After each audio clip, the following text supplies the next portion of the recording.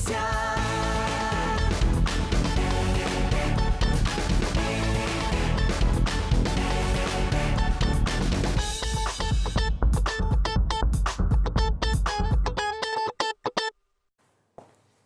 Kini standing in the eyes of the world. Sambung. Hanyalah selangkah dari nyata. Assalamualaikum, salam sejahtera, salam Malaysia Madani. Terima kasih bersama kami dalam Selamat Pagi Malaysia hari ini. Hari Jumaat yang penuh keberkatan. Anda bersama saya Irfan Syamil dan juga pasangan saya hari ini. Saya Syafiqah Ishak. Kenapa kita nyanyi lagu tu, Irfan, pagi ni? Kenapa? Okey, ini adalah sebabnya kita dah berjaya mendapatkan 27 tambah 1 1. di Sukan Asia Hangzhou yang ke-19.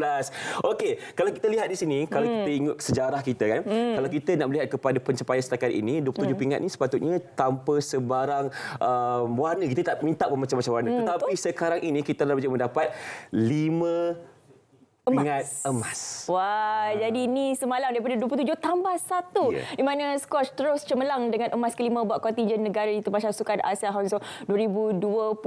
Ini menceraikan lagi kem negara selepas menewaskan wakil India 9, 11, 11, 9, 11, 5 dan 11, 7. Jadi tanya, jadi nampaknya strategi ini berjaya. Alhamdulillah. Sebab bila kita tidak letakkan sebarang sasaran ataupun harapan, nampaknya atlet-atlet kita lebih tenang. Betul. Menggalas tanggungjawab mereka. Jadi tahniah sekali lagi kami ucapkan kepada kontingen negara. Okey, ini berkaitan dengan Sukan Asia. Seterusnya, ini sangat juga penting untuk kita sentuh.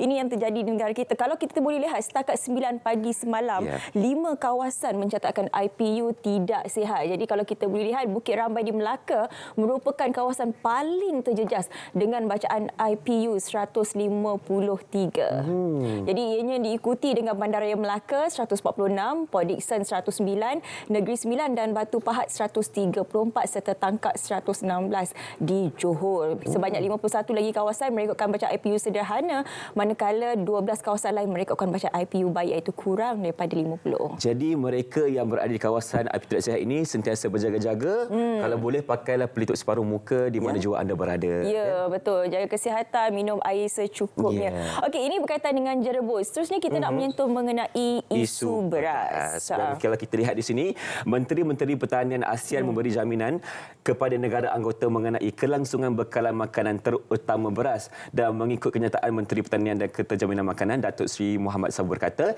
jaminan itu diberikan mereka ketika mesyuarat Menteri-Menteri ASEAN mengenai pertanian dan perhutanan AMAF ke-45.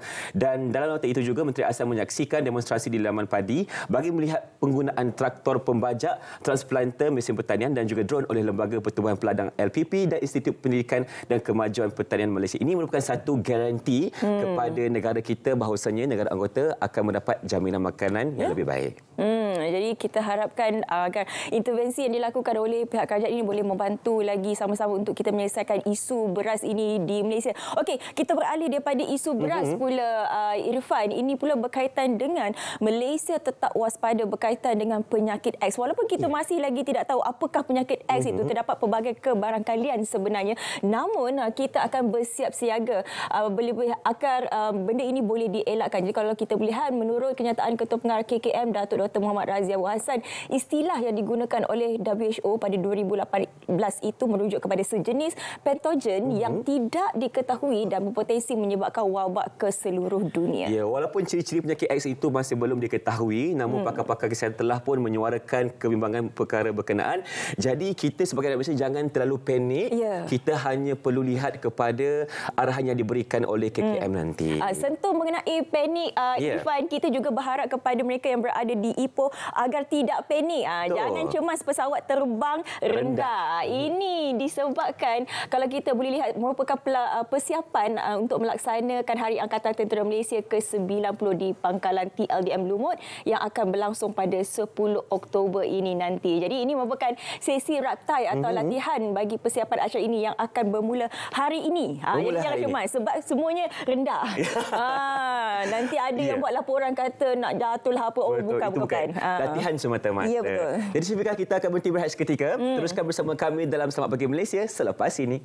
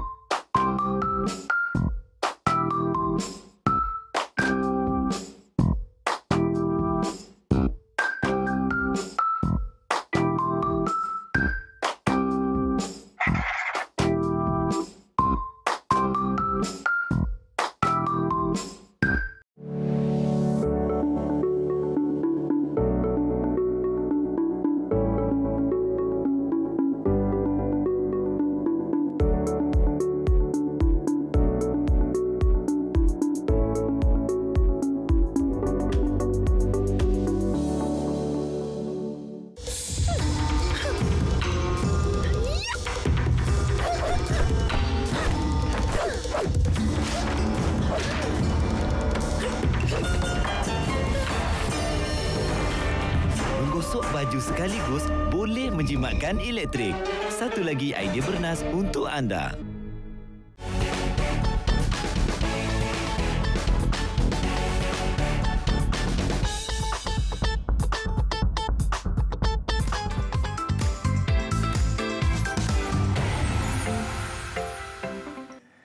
Kembali bersama kami dalam Selamat Pagi Malaysia bersama si Irfan dan juga Syafiqah. Nak gimana ni? Kelas Kelantan. Dah kenapa tukar bahasa ni? Kemain lagi. Kita nak Kelantan. Lagi Kelantan? Nak Kelantan dengan Pakai rakyat cakap kita. dulu lah. Okey. Set-set kita. Set-set kita. Kelantan FM, silakan DJ Ai. Apa yang menarik di sana? Kabarnya, perayaan ulang tahun Hari Keputeraan ke bawah Duli Yang Maha Mulia Sultan Muhammad ke-54. Silakan. Baik, terima kasih untuk rakan penyampai Irfan dan juga Syafiqah di Selamat Pagi Malaysia. Bersiaran dari Kelantan untuk seleksi pagi dan juga perkongsian kisah ceritanya dari tanah serendah sekebun bunga. Tapi terlebih dulu salam penghulu sekali harilah untuk penonton-penonton Selamat Pagi Malaysia daripada utara tanah air sampai ke selatan termasuklah di Malaysia Timur. Selamat bekerja untuk hari yang terakhir. Esoknya dah boleh huri-huri untuk hujung minggu insya-Allah. Dan kami di Kelantan ni dah pun huri-huri, dah masuk edah hujung minggu dah kami di sini. Dan juga bercerita tentang hujung minggu di Kelantan. Kalau minggu lepasnya kami cuti sedikit panjang. Rezeki cuti minggu lepas kerana cuti bersambung-sambung, cuti Maulid Rasul bersambung pula dengan 2 hari sambutan Hari Keputeraan, perayaan ulang tahun Hari Keputeraan ke bawah Duli Yang Maha Mulia Sultan Muhammad V yang ke-54, dan juga kemeriahan itu dibawa pada hujung minggu ini juga melalui satu program yang dilangsungkan, iaitu diraikan melalui program Pesta Flora Negeri Kelantan, anjuran Jabatan Pertanian yang diadakan di Taman Perbandaran Tunku Anis Tanjung Chat, Kota Baru. Dan sepanjang 5 hari berlangsungnya program ini yang bermula sejak hari Rabu lagi dan akan berakhirnya pada hari Ahad nanti, pelbagai aktiviti yang tersedia dan macam-macam pertandingan yang ada, dan juga yang pastinya yang tak lagi pastinya pameran jualan florikultur, input pertanian, kraft tangan juga makanan. Bab makanan ni ramai yang kecuali tak pula negeri Kelantan. Buktinya ada kan. Dan juga selain itu juga pertandingan yang diadakan, termasuklah pertandingan landscape ini melibatkan pihak PBT juga JC yang terlibat. Selain itu diadakan juga pertandingan bonsai, dan bukan hanya sekadar pertandingan, siap dengan klinik bonsai sekali bagi peminat-peminatnya, dan turut diadakan bagi peminat-peminat yang nak tonjolkan kreativiti menerusi gubahan, iaitu pertandingan gubahan bunga yang dipecahkan kepada 2 kategori, iaitu gubahan bunga menggunakan sabun hingga manik, dan juga satu lagi pertandingan gubahan bunga hidup. Meriah kan tu. Dan untuk kanak-kanak riang, tidak ketinggalan anak-anak kita juga, diadakan pertandingan melukis dan juga mewarna untuk aktiviti kanak-kanaknya. Dan bagi yang nak kongsikan, nak tunjukkan kemahiran memasak, ada juga pertandingan memasak ikan air tawar. Syaratnya berasaskan cuka rambutan dan juga dokong. Jadi persembahan seni budaya juga ada, ketuknya ada, rebananya ada, silatnya ada. Jadi boleh hadir ramai-ramai kalau yang berada di negeri Kelantan ini untuk sama-sama kita rasai suasananya. Dan mungkin juga kalau ada penonton di belah luar nak datang Kelantan juga, kebetulannya boleh hadir juga untuk beramai-ramai ke program ini. Jadi sekadar itu dapat saya kongsikan terus dari Kelantan untuk perkongsian sesi pagi, kembali bersama rakan penyampai di studio. Silakan. Terima kasih DJ Ai dari Kelantan FM untuk perkongsian dari sana. Dan seterusnya saya ada soalan kepada Syafiqah untuk slot komentar SPM. Benarkah reformasi sudah mati? Tolong jawab Syafiqah, silakan. Ya Irfan, kenapa terdapat segelintir pihak yang mengatakan bahawa reformasi itu sudah pun bertukar menjadi reformati, ekoran daripada beberapa tindakan dilakukan oleh pihak kerajaan. Namun ada juga yang membidas kenyataan ini dengan menyatakan bahawa kerajaan ini masih lagi muda dan harus diberikan peluang. Jadi persoalan itu ingin saya ajukan juga kepada tetamu saya di studio hari ini. Benarkah reformasi sudah mati? Saya bersama dengan hari ini Ahli Dewan Negara YB Senator Muhammad Hasbi Muda. Assalamualaikum, selamat pagi. Waalaikumsalam warahmatullahi. YB, reformasi. Jadi kalau siapa yang pernah melaungkan reformasi ini 25 tahun yang lalu, memberi 1001 makna kepada mereka, ianya satu simbol harapan dan juga impian. Kini selepas 25 tahun, bernyawakah lagi reformasi ini? Baik, istilah reformasi ini satu istilah yang begitu besar maknanya. Khususnya bagi mungkin macam saya, anak muda yang terlibat pada waktu itu. Dan ianya ialah satu gerakan daripada bawah, gerakan rakyat yang bukan hanya semata-mata nak mengubah kepimpinan ataupun siapa Perdana Menteri, tetapi yang lebih penting ialah macam mana kita nak mengubah negara kita ke arah yang lebih baik. Hari ini saya nak bawa kita juga sebenarnya bukan negara kita saja yang melaungkan reformasi, tetapi pada masa yang sama jiran kita, negara Indonesia sendiri, mereka juga terlibat dalam itu dan kita boleh bandingkan mungkin perbezaan ataupun perubahan-perubahan itu. Kalau 25 tahun yang lepas, kita jelas nampak apakah hala tuju reformasi itu. Ingin menentang rasuah, birokrasi, nepotisme. Tetapi untuk kini, 2023, perjuangan itu ke mana hala tujunya, YB? Dia sebenarnya betul. Kalau kita ingat laungan reformasi dulu, antara gagasan besarnya ialah kita nak melawan 3 perkara yang utama. Yang pertama corruption ataupun korupsi. Yang keduanya ialah nepotisme dan juga kronisme. Itu temanya. Tetapi perkara yang lebih besar ialah macam mana kita nak melakukan ataupun melaksanakan structural reform ataupun reformasi institusi umpamanya.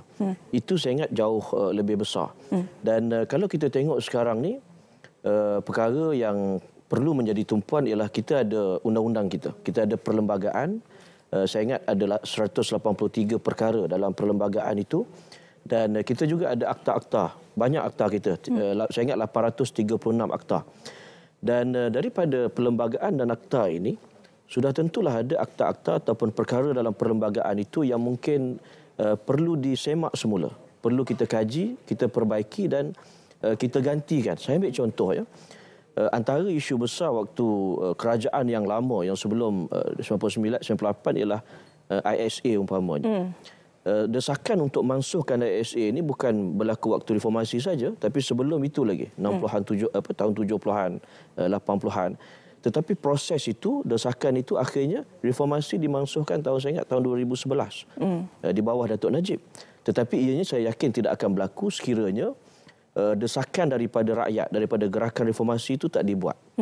Kan itu antara contoh. Kemudian kita tengok juga sekarang ini banyak akta-akta yang kita nak kaji semula. Dan antara juga yang saya ingat penting ialah lompat parti umpamanya. Sebelum ini kita tak ada akta lompat parti. Ada kerajaan boleh bertukar umpamanya di Sabah. Kejap dia menang, kemudian bertukar kerajaan lain.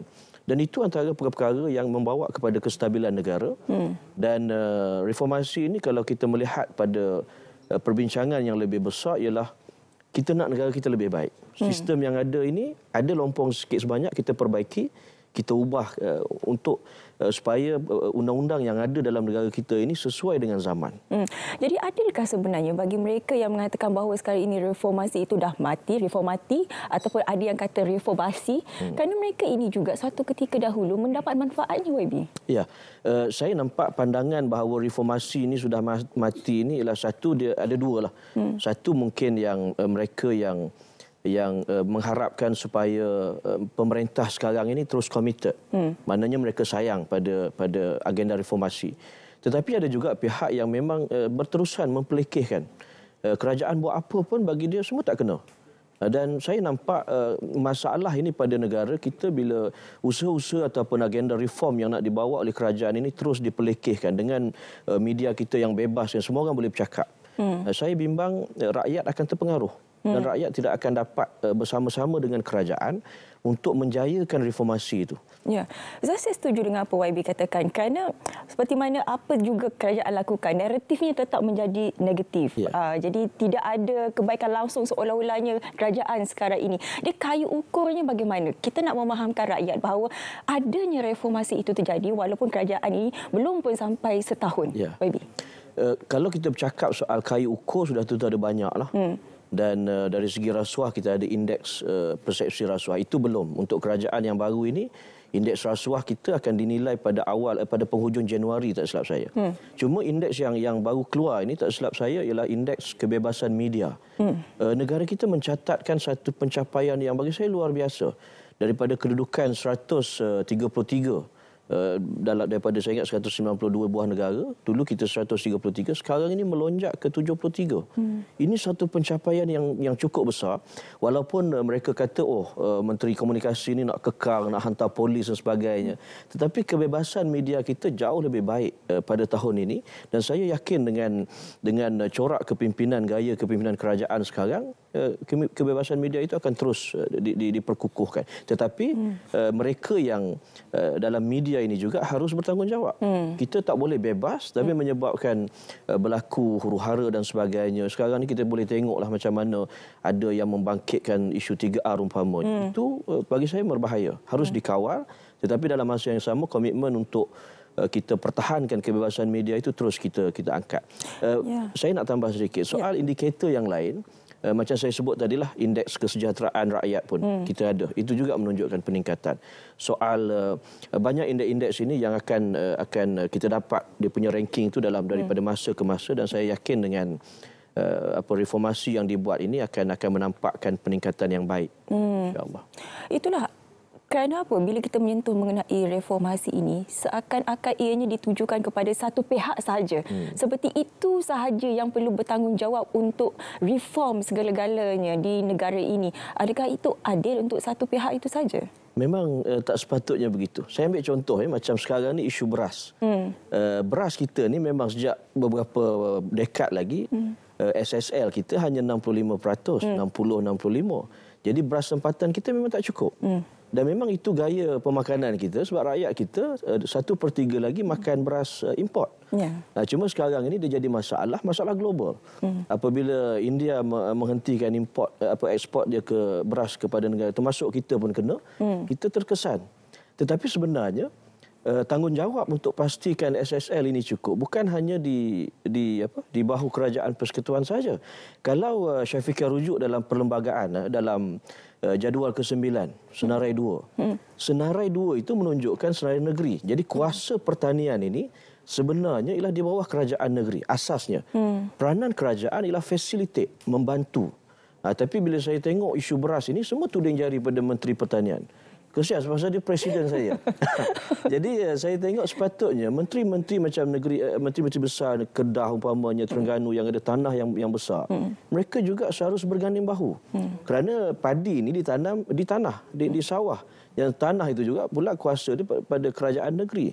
Jadi itu harus, sebab itu bila balik pada soal reformasi, usaha untuk bawa Malaysia ke arah yang lebih baik ini bukan hanya di bahu kerajaan persekutuan, tetapi juga di bahu kerajaan negeri. Saya mengambil kembali apa YB katakan tadi. Zaman dah berubah. Kalau kita lihat daripada geopolitik, geoekonomi, lepas tu dengan masalah kesihatan global yang kita alami sekarang, ada juga yang masih ingin menuntut janji-janji 25 tahun yang lepas. Padahal situasi dulu dan kini tidak sama, tapi masih tidak boleh menerima kenyataan, YB. Ya, saya setuju. Janji-janji ini dia ada janji pilihan raya. Umpamanya yang selalu diulang-ulang oleh pembangkang, isu harga minyak, saya ulang. Janji itu dibuat saya ingat tahun 2007.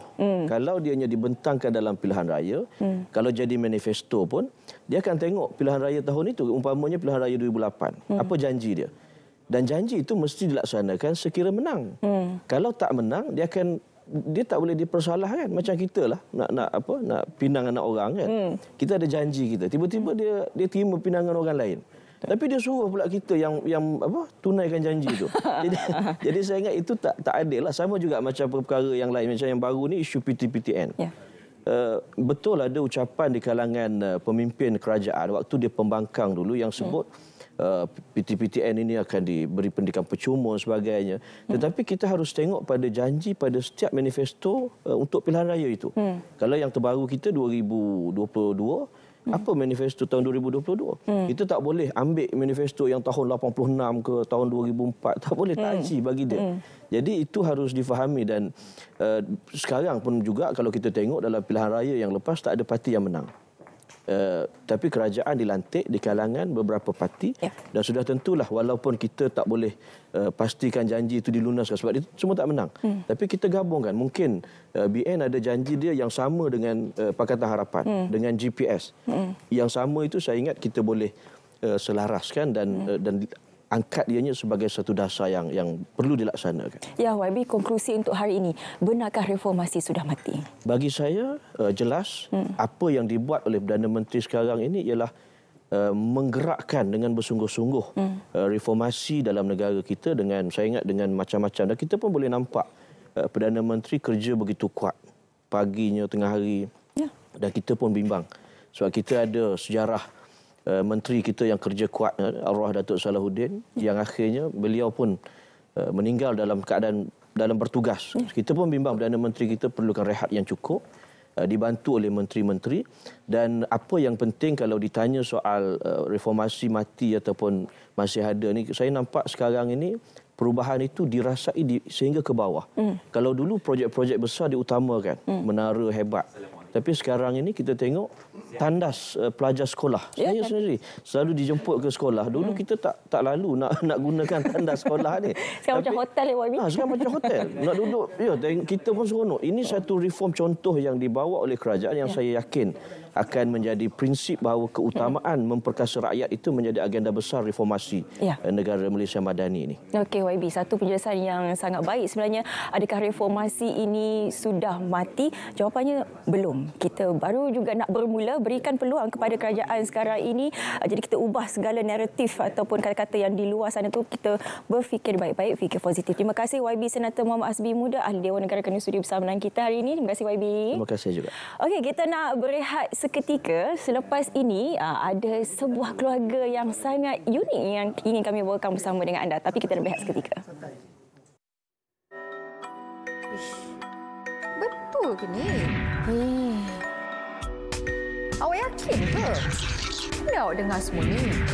RTM menerbitkan satu segmen khas tajuk Biar Betul. Ini baru betul. Tantis Fitnah, semak kesahihan. Saksikan segmen Biar Betul dalam Kanta 744 setiap hari.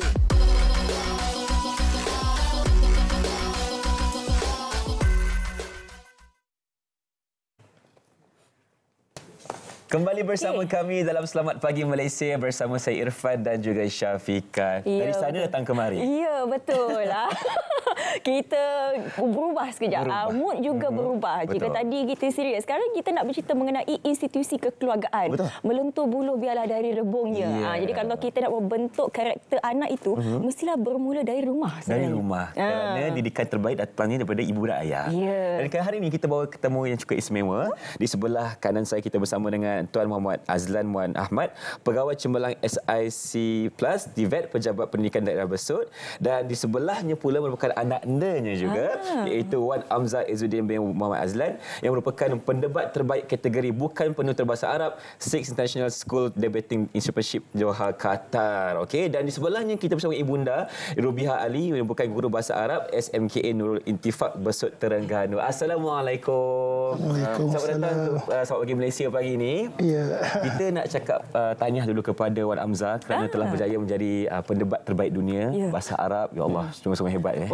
Itulah. Tapi seperti mana kita katakanlah, mesti ianya bukan datang daripada diri Wan semata-mata, tapi ianya juga hasil didikan daripada kedua ibu bapanya. Jadi itu yang kita nak tanya, nak korek jugalah. Rahsia kan. Tapi saya nak mulakan terlebih dahulu sebab sekarang ini masih lagi ada persepsi yang meletakkan tanggungjawab mendidik anak itu kepada guru-guru. Bagaimana? Ya. Yang paling penting, pertama sekali lah, saya mengucapkan ribuan terima kasih lah kepada pihak RTM kerana pihak RTM lah pencetus utama pada 5 tahun yang lalu. Amzal ini adalah mengikuti 15 episod Parlimen Mini. Yang masa tu Puan Safaliza yang ambil dia sebagai Johan Negeri untuk mewakili negeri Terengganu dalam 15 episod Parlimen Mini. Dalam konsep mendidik, sebenarnya peranan ibu bapa dan peranan guru sebenarnya itu adalah satu benda yang orang kata saling berhubungan antara satu sama lain. Berhubungan antara satu sama lain, yang mana guru hanya lebih kurang 8 jam mendidik Tapi yang penting sekali adalah ibu bapa. Sepanjang masa berada di rumah, sebenarnya adalah cara yang paling penting sekalinya adalah kedua ibu bapa menjadi contoh yang baik kepada anak-anak. Betul. Itu je, menjadi contoh yang baik, buat yang terbaik. Maknanya kita tunjuk dari segi akhlak, dari segi ibadah kepada Allah. Insya-Allah. Insya-Allah anak-anak akan ikut. Yang mana sebabnya biasanya kita kena buat supaya anak-anak menjadikan ibu bapa sebagai idola. Itu yang penting. Itu yang penting. Menjadi idola supaya, dan alhamdulillah anak-anak saya ni macam Amzar pun berada dalam circle pertandingan yang sentiasa. Moga saya banyak mengikuti pertandingan sebagai seorang jurulatih. Ibunya juga seorang jurulatih. Jadi berada dalam circle pertandingan. Dan benda ini merangsang dia untuk melakukan yang terbaik. Alhamdulillah. Okey, sebagai seorang anak pula, Wan Hamzah, bila lihat kepada kejayaan seorang ibu dan ayahnya yang berjaya mendidik anak-anak mereka. Jadi, apa mungkin boleh kongsikan kepada kita tentang pertandingan itu sendiri yang berlaku di Qatar baru-baru ini tu, datang inspirasi daripada ibu dan ayah. Boleh kongsikan tak? Okey, baik. Jadi bismillahirrahmanirrahim. Seperti yang ada di sini. Kita alhamdulillah baru-baru ini tim Malaysia yang mana diwakili oleh 2 orang pelajar Sekolah Menengah Agama Atas serta Naib Bidin Semazah Batu Buruk dan juga Mahad Pontian Johor. Kita orang melalui pemilihan dari Universiti Islam Antara Bangsa Malaysia UIA dan dilatih oleh pensyarah di sana dan dapat membawa pulang kata sedikitlah kata anugerah daripada pertandingan debat bahasa Arab di Doha Qatar baru-baru ini. Dan pertama sekali saya ingin mengucapkan jutaan terima kasih terlebih dahulu kepada semua pihak yang terlibat dalam kata usaha kami mendapat anugerah ini, khususnya pada pihak Kementerian Pendidikan Malaysia KPM serta Jabatan Pendidikan Islam Bahad Aiwan Negeri Terengganu dan juga pihak sekolah khususnya. Okey, baik, berbalik pada soalan tadi. Sila. Bila berbicara berkaitan dengan inspirasi, bagaimana saya rasa ingin mencuburi dan ingin bersemangat dalam bidang mungkin perdebatan ini khususnya, bila saya melihat sendiri seperti yang disebut oleh ayahanda sebentar tadi mengenai bagaimana saya masa kecil dulu, masa saya bayi, ayah saya ni biasalah, orang kata dia jurulatih buat tampar dan rajin pernah melatih tim buat tampar Malaysia sehingga ke Australia. Tapi dia tak bawa ke Australia lah. Cuma apa yang pasti setiap kali latihan tu dia lah yang dukung saya. Kata kayaknya saya biasalah bermulazamah dengan jurulatih-jurulatih lain dan juga dengan player-player hebat lain. So sebenarnya daripada itu menjadikan saya rasa I want to be like them. Saya ingin pergi jauh dalam apa-apa saja saya buat. Dan ibu saya sendiri nampak cantik ayu cantik ibunya. Dia juga merupakan salah seorang jurulatih nasyid. So buat tampar nasyid debat macam tiba. Tapi nak cakapnya bila melihat dia orang melatih pasukan dia orang sendiri, saya rasa dalam apa-apa saja bidang saya buat, saya perlu buat yang terbaik agar saya dapat menjadi seperti mereka. Dan sebenarnya tampar stamina, nasyid vokal. Mak saya juga sebenarnya seorang pendebat ketika dahulu. Turun kepada anak terus. Kepada anak. Darah bahasa Arab keluar. Okey. Kalau ialah idolanya sebab macam ayahanda membawa Wan ke hulu kilir daripada kecil lagi, kita nak tahu peranan ibu pula. Ibu ni selalunya dia menjadi perantara, dia jadi orang tengah di antara ketegasan seorang ayahanda dan juga permintaan anak-anak. Ialah anak-anak bila membesar ni macam-macam ragamnya. Bagaimana peranan ibu mendidik macam anak-anak? Ada 6 katanya? 6 orang anak saya. Ayah dia memang terkenal lah dengan tegas. Dia sebab jurulatih kan? Ya, jurulatih. Saya ni sebagai perantara lah, maknanya backup. Backup pada anak-anak saya. Yalah, biasanya isteri saya kata dia membantu saya lah dalam setiap apa yang kita buat. Tu je. Membantu, beri orang kata backup ke belakang sebagai orang kuat. Sebab saya selalu keluar sebab saya ni selalu jaga jurulatih kebangsaan, jurulatih negeri selama 13 tahun. 13 tahun peringkat kebangsaan. Isteri saya pun jurulatih negeri nasyid sebanyak 5 kali kebangsaan. Ini dia memang betul-betul berkorban jiwa dan raga. Tapi itulah wanita walaupun dia ada kelembutan, dia ada ketegasannya juga. Kalau bolehlah Ibunda kongsikan tipsnya bagaimana? Saya ketika mengajar, saya tak tegas mana pada anak-anak pelajar saya. Tapi dengan anak-anak di rumah, memang saya tegas. Kenapa tu? Adakah itu rahsia kepada kejayaan Amzal sekarang ni? Sebab kita perlu tegaslah pada anak-anak kita kan. Tapi ada masa juga kita perlu berlembut dengan anak-anak. Maknanya ikut cara anak-anak. Selalunya kan cabaran tahu untuk guru-guru atau pendidik mengatakan bahawa lagi senang nak mengajar anak orang berbanding anak sendiri. Betul tak? Betul. Mengajar anak orang lebih baik daripada anak sendiri. Bapak saya guru besar. Jadi bapak saya pergilah tuition, dia kata susah nak ajar Ika ni. Sebab kita latih anak orang, kita ajar anak orang, dia ada macam satu berjaga-jaga, kena kontrol. Apabila anak sendiri ni rasa nak marah, kita marah aja. Kalau anak orang ni, Allahu Akbar, kita kan ada undang-undang. Tak boleh nak cubit, tak boleh nak rotan, tak boleh. Tapi itulah.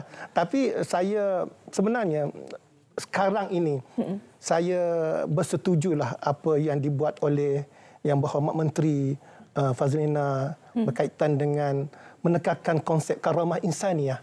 Karamah insaniah, konsep EBC, anak baik lagi cerdik. Yang mana ianya mendidik supaya guru-guru mendidik tentang pembentukan adab, pembentukan akhlak, tentang kepimpinan, kesopanan. Itu memang terbaik. Terbaik. Dan kita ni alhamdulillah kita tengok apabila nak bukan setakat cerdik, nak baik. ABC, anak yang baik lagi cerdik. Itu cemerlang juga ya, macam ini cemerlang. Betul. InsyaAllah. Amzal, saya nak tanyalah kan, mungkin boleh kongsikan kepada penonton Malaysia mungkin tengah terinspirasi dengan Amzal sekarang ni, anak-anak muda luar sana, bagaimana mereka untuk keluar menonjolkan diri mereka ke tahap yang lebih tinggi, mereka boleh kongsikan. Berkaitan dengan bagaimana kita nak trigger diri kita untuk melakukan sedikit anjakan paradigma bagi saya saksikan sebenarnya dalam kalangan rakan-rakan sebaya saya, bahkan mungkin remaja between 18 hingga 25 macam tu, ada satu masalah dan kita orang ni sering dilabel sebagai generasi yang manja. Sikit-sikit je mengadu kat status, sikit-sikit je buat story. Kini kalau lapar tu kalau lapar tu kita bukan cari makanan pergi kantin ke pergi dalam makan ke, tapi saya status dulu. Rekod dulu. Kalau saya lapar. Mungkin dengan tu kenyang kot. Cuma apa yang saya nampak itu antara perkara yang sering berlaku dalam kalangan rakan-rakan saya sendiri. So antara perkara yang perlu kita buat supaya kita ni dapat berubah daripada generasi sebegitu. Sebab saya perasan negara-negara maju yang lain, bagaimana diorang punya remaja, bagaimana diorang punya orang muda sebenarnya lebih terkedepan jika ingin dibandingkan dengan orang-orang muda di negara kita sendiri. Dari sudut pemikiran, dari sudut penampilan, dari sudut sasiah dan sebagainya. So, pertama sekali apa-apa saja dalam kehidupan kita ni sudah tentulah tidak dapat lari dan tidak kita abaikan, iaitu kepentingan pada ilmu itu sendiri. Kerana apabila kita mengabaikan ilmu, maka dari situlah kita tengok berlakunya keruntuhan masyarakat dan keruntuhan akhlak orang muda itu sendiri. So, bagi saya itulah kita kena melazimi ilmu itu sendiri, khususnya pembacaan buku-buku. Kerana orang muda zaman sekarang ni suka baca buku. Tapi baca buku cinta-cintun, drama 7 pagi, baca buku dalam lawak-lawak. Dan yang trend terbaru kini, baca buku harga RM15. Ada 100 muka surat. Tapi satu ayat satu muka surat. So kata nak healing lah katakan. Cuma pembacaan buku tersebut tak membina karakter diri sendiri. So carilah perkara-perkara yang membina karakter dan nilai kita sebagai manusia. Slot ni kita perlu panjangkan sebenarnya. Tak cukup masa ni sebenarnya. Banyak yang boleh kita kongsikan bersama dengan penonton Selamat Pagi Malaysia. Tips bagaimana nak mendidik anak sehingga menjadi seperti Wan Amzah pada hari ini. Terima kasih banyak-banyak kita nak ucapkan kepada tetamu kita hari ini, Wan Muhammad Azlan Wan Ahmad, Pegawai Cemerlang SISC plus TVET, Pejabat Pendidikan Daerah Besut, juga ibundanya Puan Rubiah Ali, Guru Bahasa Arab SMK Nurul Ittifaq Besut Terengganu, dan juga sekali lagi tahniah kita nak ucapkan kepada Wan Amzah Izzuddin Wan Muhammad Azlan, pendebat terbaik kategori bukan penutur bahasa Arab 6 International School Debating Championship Doha, Qatar. Terima kasih kerana sudi bersama dengan kita hari ini. Terima kasih. Dan sekarang ni Syafiqah, kita akan terus ke cerita Pagi Selangor bersama rakan pelapor yang sudah bersedia, Samsia Samsi. Silakan. Baik, terima kasih. Saya kini berada di Pusat Pemulihan Penagihan Narkotik Puspen Sepang bagi program Sihat dan Cergas at Sepang Eco Challenge Park, anjuran Agensi Anti Dadah Kebangsaan AADK. Dan bagi mengetahui lebih lanjut mengenai perkara ini, saya kini bersama-sama dengan Tuan Nik Muhammad Nik Der selaku pengarah Puspen Sepang. Apa khabar Tuan? Baik, alhamdulillah. Tuan, mengenai perkhidmatan kepulihan yang baru diperkenalkan di Puspen Sepang ini, boleh Tuan jelaskan dengan lebih lanjut? Okey. Seperti mana kita semua sedia maklumlah, AADK telah memperkenalkan model iPulih di bawah teras rawatan dan pemulihan dadah. Jadi program Sepang Eco Challenge Park ni dibangunkan adalah masih lagi berpaksikan di bawah model iPulih yang kita tetapkanlah. Sepang Eco Challenge Park ni sebenarnya satu pendekatan ataupun kaedah yang telah lama actually diperkenalkan di negara-negara maju seperti United Kingdom, New Zealand dan Australia. So mungkin kita juga boleh cuba meneroka potensi kaedah rawatan pemulihan dadah dalam bidang outdoor recovery ataupun adventure recovery. Tuan, mengapa memilih aktiviti luar iaitu sukan sendiri dalam perkhidmatan kepulihan ini? Okey. Seperti yang ada perkhidmatan yang ada di Puspen Sepang, kita ada menawarkan aktiviti sukan lasak seperti ATV ride, motocross dan mountain bike. Reason utama kita adalah ianya adalah satu pendekatan yang lebih contemporary sifatnya, yang mana kumpulan sasar kita pada hari ini, klien-klien yang kita rawat adalah daripada kalangan usia muda. Jadi pendekatan juga kita harus sesuai dengan kecenderungan mereka pada peringkat hari inilah. Seterusnya kita juga melihat sudut sampai masa kita untuk menilai ataupun melihat sejauh mana kemungkinan untuk kita mencuba kaedah rawatan pemulihan secara lebih casual ataupun di luar classroom, yang mana dia mungkin memberi lebih kesan apabila klien tu sendiri cuba mempraktikkan apa yang dia pelajari di Puspen Indo. Itu kita punya antara justifikasi kenapa kita memilih aktiviti sukan dalam rawatan pemulihan dadah. Setakat ini bagaimana reaksi klien Tuan bila adanya aktiviti lasak di sini? Sehingga hari ini, selepas pelancaran tempoh hari, mereka merasakan satu kelainan lah, satu pembezaan yang sangat ketara lah.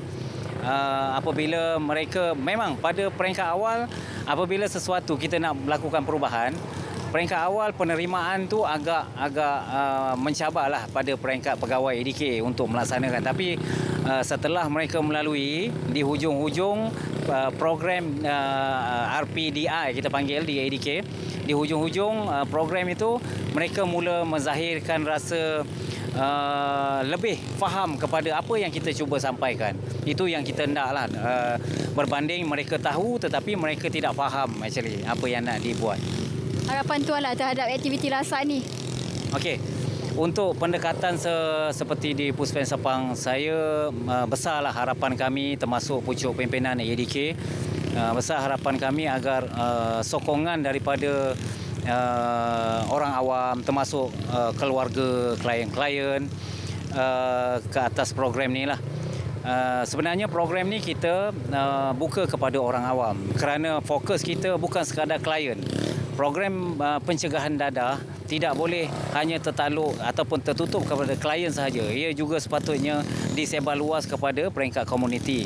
Apabila sokongan daripada komuniti mula faham dan sebagainya, maka usaha kerajaan dalam nak membanteras masalah dadah di Malaysia, insya-Allah mungkin jumpa jalan penyelesaian yang lebih berkesanlah. Baik, terima kasih Tuan. Dan dengan adanya aktiviti lasak sebegini, ia bukan saja dapat membantu klien AADK dalam proses pemulihan, malah ia juga dapat menyihatkan tubuh badan mereka. Dan setakat itu saja laporan daripada saya. Kembali ke Angkasa Puri.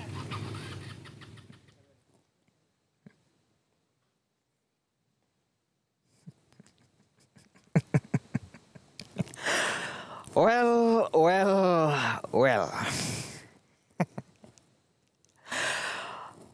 Saya rasa cukup gembira.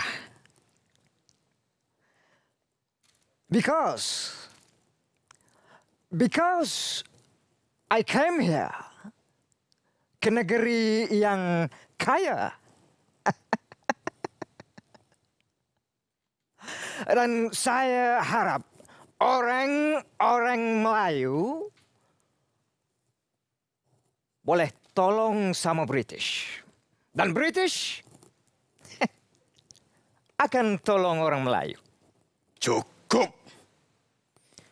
Cukup dengan sandiwara kau, wahai British laknatullah. Cukup. Dengar sini orang-orang kampung. British dah makin melampau. Mereka telah melakukan penindasan sewenang-wenangnya terhadap orang-orang Melayu. Dan kita, orang-orang Melayu, wajib bangkit menentang penjajah. Ingat, biar kita putih tulang, jangan sesekali putih mata. Bagero! Nippon sudah tolong sama orang Melayu. Sekarang orang Melayu mau lawan sama Nippon. Tangkap itu orang Melayu. Kasih. Potong. Kapra. Jangan gentar. Jangan gentar orang-orang Melayu. Pergi jahanam dengan jepun ke barat itu. Orang-orang Melayu tidak akan sesekali menyerah kalah. British, Jepun, sama saja.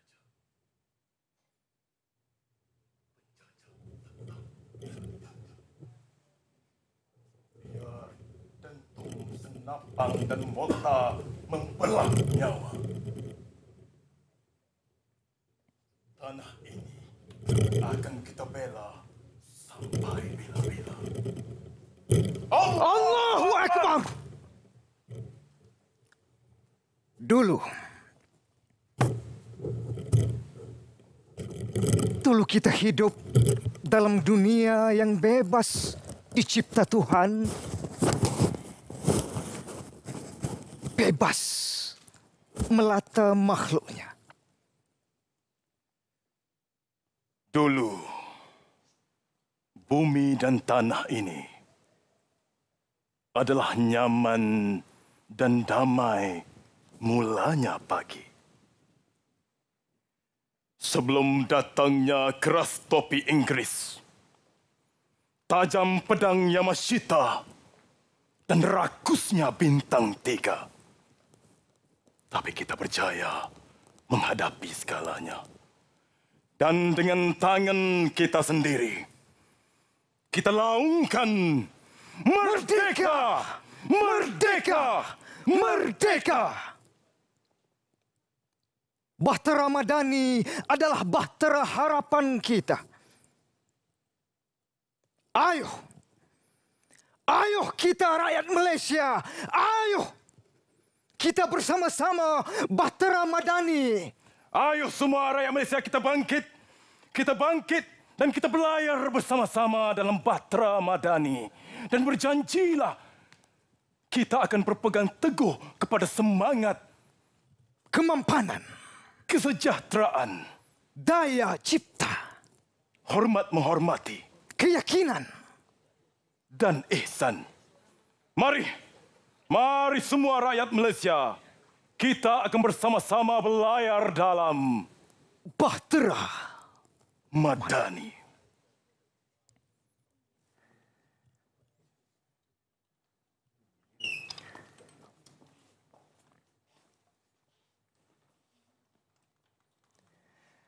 Biar putih tulang, jangan putih mata.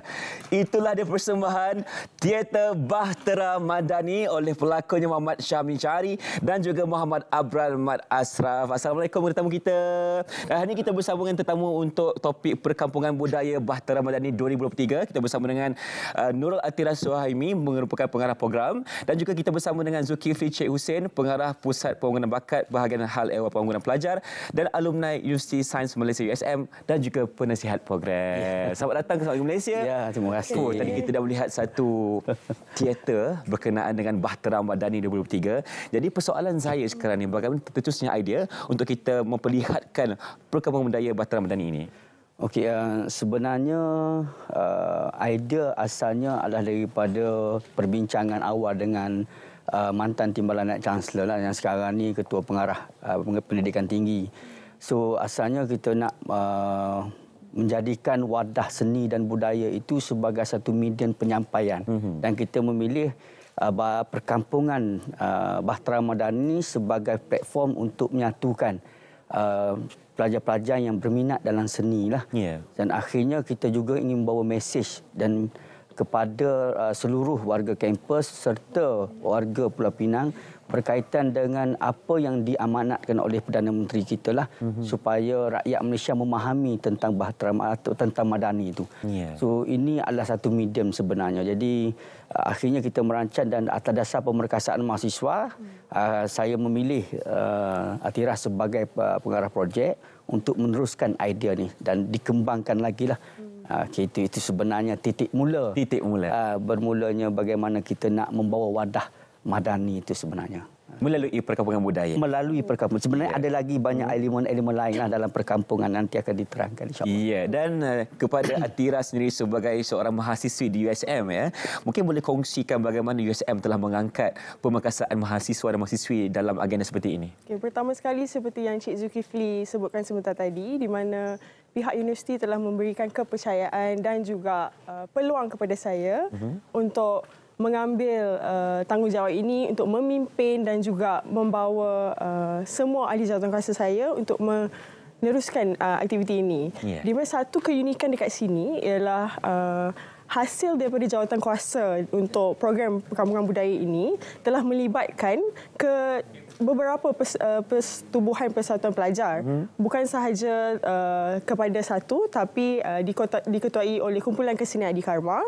Ada juga Majlis Perwakilan Pelajar, Majlis Pemufakatan Anak-anak Negeri, Sekretariat Rukun Negara dan juga Sekretariat Convex. Jadi hasil gabungan ini telah melibatkan semua lapisan mahasiswa daripada pelbagai bidang. Ya, jadi setakat ini bagaimana dengan kesepakatan antara pelbagai persatuan yang ada di USM ini? Alhamdulillah, memandangkan USM ni selalu menganjurkan pelbagai aktiviti. Jadi kebanyakan mahasiswa ni mereka sangat mudah untuk bekerja bersama sebab dah pernah join dengan banyak-banyak event yang lain.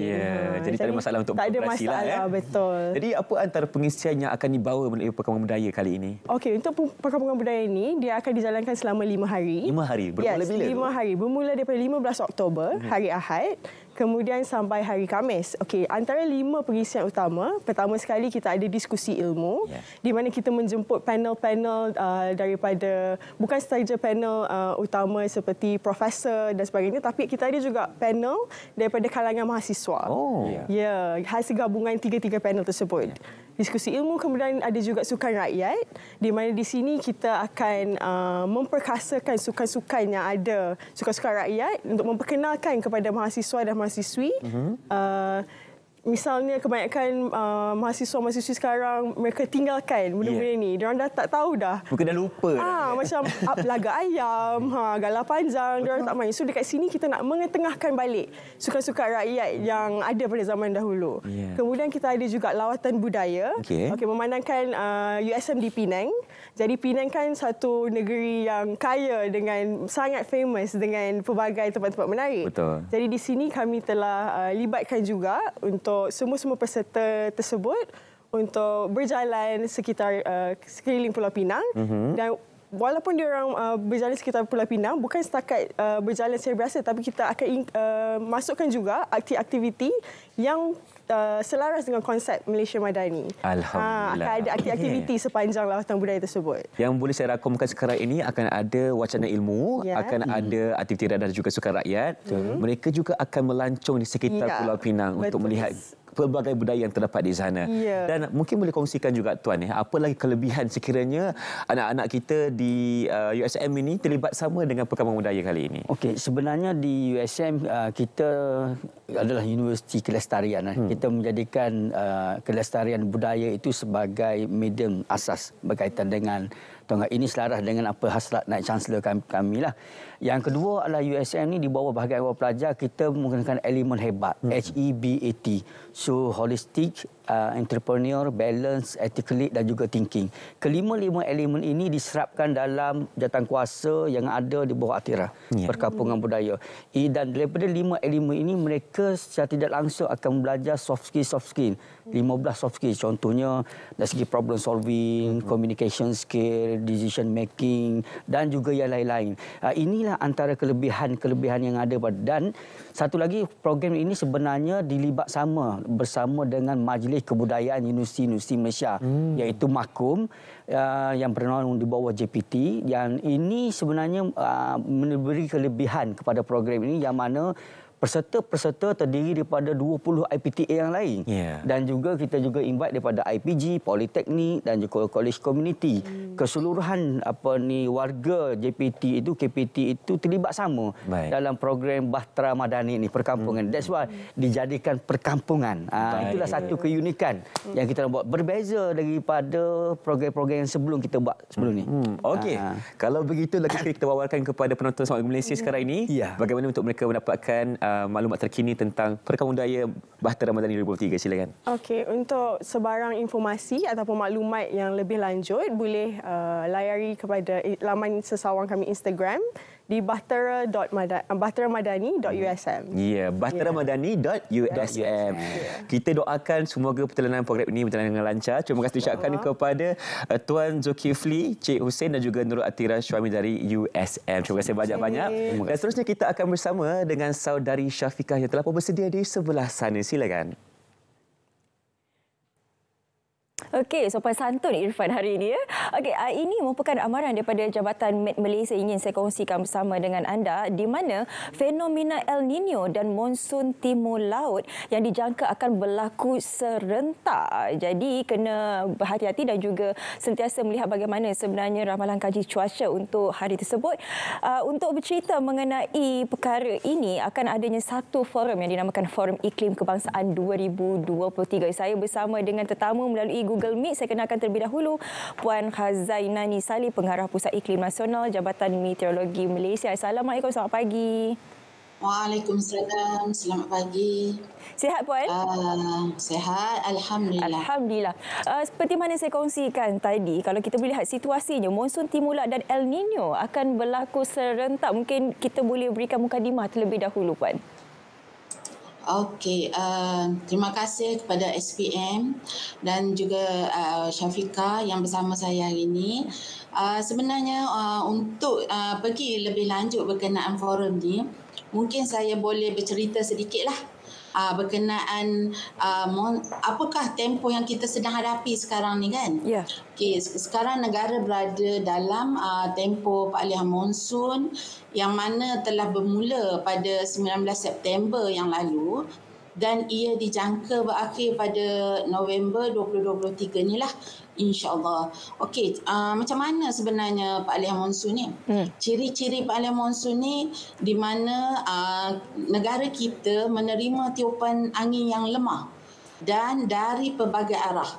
Di mana keadaan ini adalah kondusif untuk pembentukan awan yang sesuai lah untuk menyebabkan kejadian ribut petir yang lazimnya yang kita hadapi sekarang kan. Angin, hujan lebat, angin yang berlaku pada lewat petang dan juga membawa kepada awal pagi.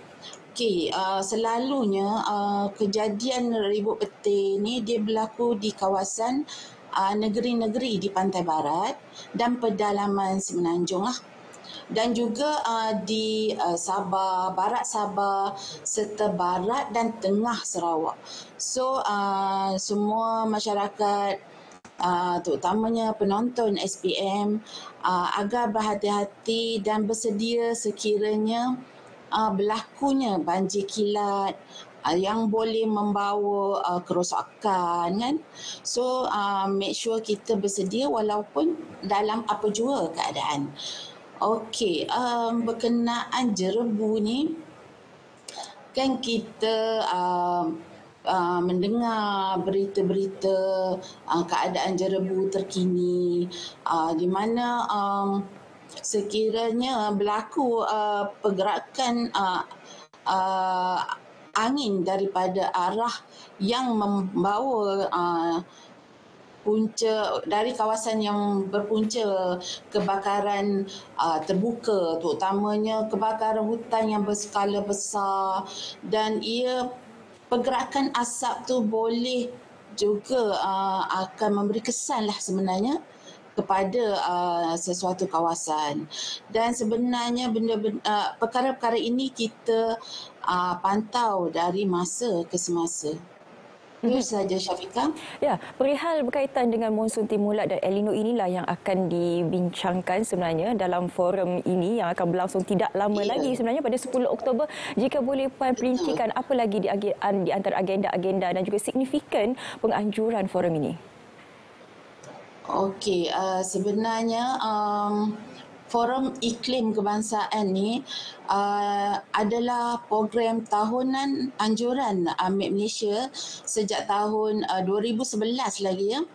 Dan ia merupakan platform untuk penyampaian maklumat berkenaan keadaan cuaca, iklim, terutama kepada orang ramai dan semestinya kepada agensi-agensi yang terlibat dalam pengurusan bencana bagi memastikan kesiapsiagaan dalam menghadapi monsun timur laut yang kita ketahui lazimnya berlaku pada bulan November hingga Mac setiap tahun. Okey, di sini saya ingin mengupas sedikitlah berkenaan forum. Forum ini akan melibatkan kupasan-kupasan panel dari agensi-agensi yang berkaitan bencana lah seperti JPS, NADMA dan sebagainya.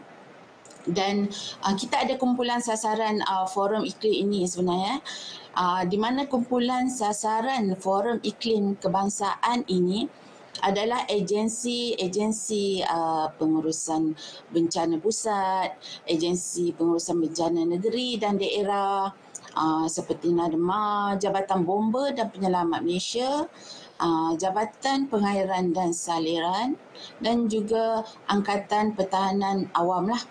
Dan sebenarnya banyak lagi agensi-agensi yang sebenarnya terlibat terutamanya dalam bencana ini.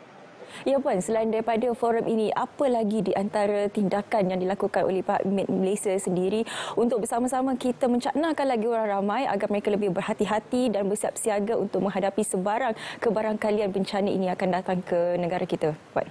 Ya, betul tu Syafiqah. Memang kita sebagai rakyat Malaysia harus sentiasa bersedia kan untuk mengalami apa jua lah bencana yang bakal dihadapi.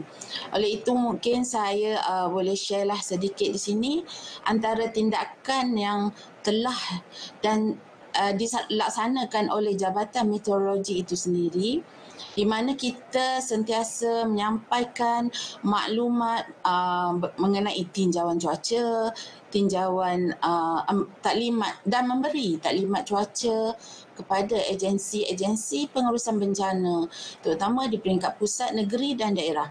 Dan juga kita membuat penghebahan berkenaan maklumat cuaca buruk, status cuaca panas dan juga amaran cuaca harian kepada orang awam lah melalui pelbagai medium yang disediakan. Dan di samping itu juga ya, untuk makluman semua, Met Malaysia sentiasa mengemaskini akan status El Nino, Southern Oscillation, dan sekiranya El Nino ataupun La Nina dan sebagainya lah, dan kita akan sampaikan kebarangkalian berlakunya fenomena El Nino itu secara bulanan. Dan di samping itu juga berkaitan dengan jerebu, kita juga mengeluarkan model untuk meramalkan pergerakan asap jerebu kepada semua melalui laman web kami ataupun laman web bencana itu sendirilah. Dan yang penting sekali ya, Syafika, yang kat sini kita juga menganjurkan seminar, forum, contohnya forum iklim kebangsaan yang kita nak war-warkan dan yang akan diadakan nanti. Ya, untuk konklusinya bagaimana orang ramai boleh sama-sama mengikuti forum ini, Puan? Okey, forum ini akan diadakan secara webinar ya. Boleh di atas platform Zoom lah. Dan juga boleh melalui FB Live Met Malaysia dan juga FB Live Astro Awani dan sebagainya lah. Okey. Terima kasih banyak-banyak Puan Kazainani Salih, Pengarah Pusat Iklim Nasional Jabatan Meteorologi Malaysia. Jadi kepada orang ramai yang ingin bersama-sama menyaksikan dan juga melihat bagaimana sebenarnya forum iklim kebangsaan, apakah topik yang akan dibincangkan, boleh terus sahaja ke laman sosial yang dinyatakan seperti tadi pada 10 Oktober 2023. Terima kasih Puan. Ya, insya-Allah. Sama-sama. Okey, seterusnya kita nak melihat ramalan kaji cuaca untuk hari ini bersama dengan pegawai Met Malaysia yang sudah pun bersiap sedia. Silakan Met Malaysia.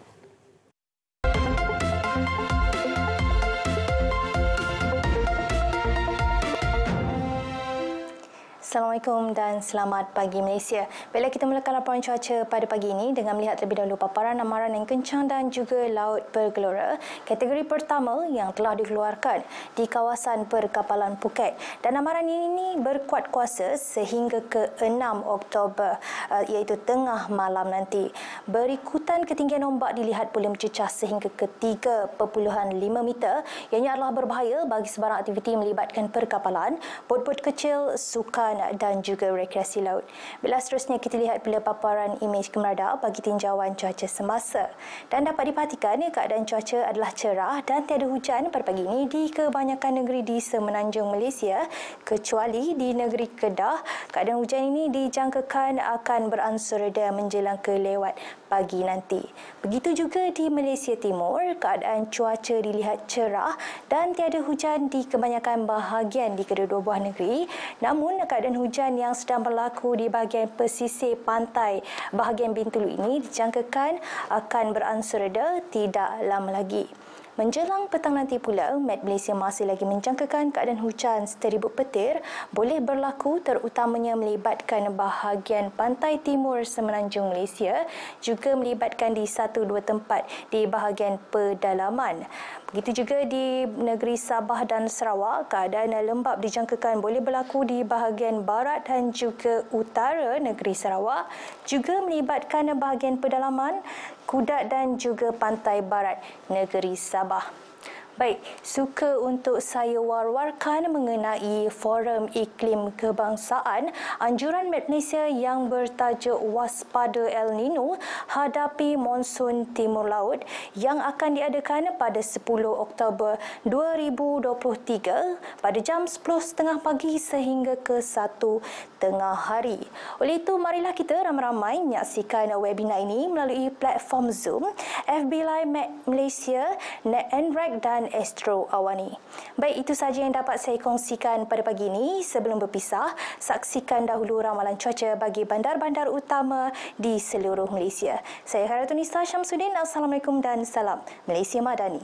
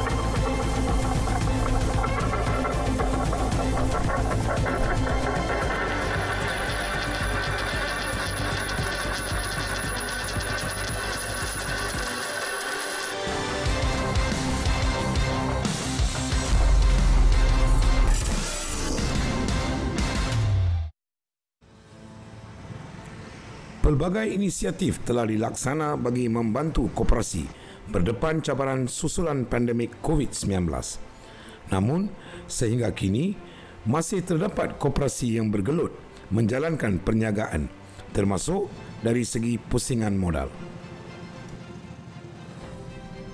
Harapan koperasi, harapan rakyat, terutamanya bila koperasi KUSKUM sendiri, iaitu Kementerian Pembangunan Usahawan. Kita mahu supaya kerajaan reform semula seperti mana kementerian yang lain, pertanian, KPKT dan sebagainya, untuk kita bagi satu penentuan bahawa koperasi ini benar-benar kita dapat reform dan boleh meyakinkan masyarakat dan juga rakyat yang mana memegang koperasi itu sendiri. Ini saya berharap pihak Kementerian Pembangunan Usahawan dan Koperasi untuk kali ini lebih membanyakkan geran-geran yang diperuntukkan, tidak memandang hanya kepada 100 koperasi yang berjaya, tetapi melihat juga koperasi-koperasi yang dalam kategori sederhana dan sederhana untuk bersama-sama membangun dan memampankan ekonomi koperasi. Saya minta kerajaan bantulah kami peniaga dan terutamanya koperasi lah. Dengan kenaikan harga barang, kami tak dapat nak menampung, kan? Lepas tu minta kerajaan satu lagi sediakan peruntukan jangkiran untuk koperasi yang yang kecil-kecil lah, kan? Yang kecil-kecil untuk membina balik, kan? Keyakinan kami macam mana yang diwawakan oleh Kerajaan Madani. Untuk makluman, terdapat hampir 800 gerakan koperasi di Pulau Pinang dengan keahlian seramai 191,000 orang. Separuh daripada koperasi ini memerlukan bantuan untuk baik pulih dan diharap Belanjawan 2024 yang akan dibentangkan memberi nafas baru kepada kooperator yang mengalami kesukaran. Laporan Phil Gabriel, RTM.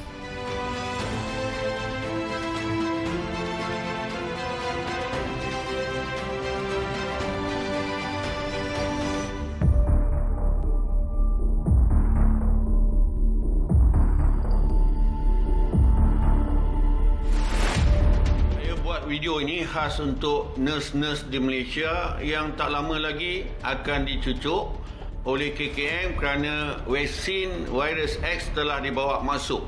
Tular di TikTok, kononnya jururawat di Malaysia bakal jadi tikus makmal bagi menguji vaksin virus X.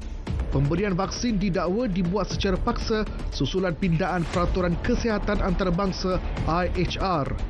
Dakwa hantaran video itu, perkara terbabit tidak dapat dielak atas arahan Pertubuhan Kesihatan Sedunia WHO. Semakan pasukan Biar Betul mendapati pesanan video itu merupakan suatu fitnah. Laporan kepada PDRM dan SKMM telah dibuat. Penafian turut dibuat Kementerian Kesihatan Malaysia. KKM menasihatkan orang ramai supaya menghentikan penyebaran maklumat palsu yang boleh menimbulkan kegusaran rakyat. Tindakan tegas mengikut Akta Komunikasi dan Multimedia serta beberapa lagi akta menanti si kaki fitnah. Jangan mudah terberdaya, elak jadi mangsa. Terlihat konten atau bahan fitnah, segera lapor ke SKMM. Biar betul, tak pasti, jangan kongsi.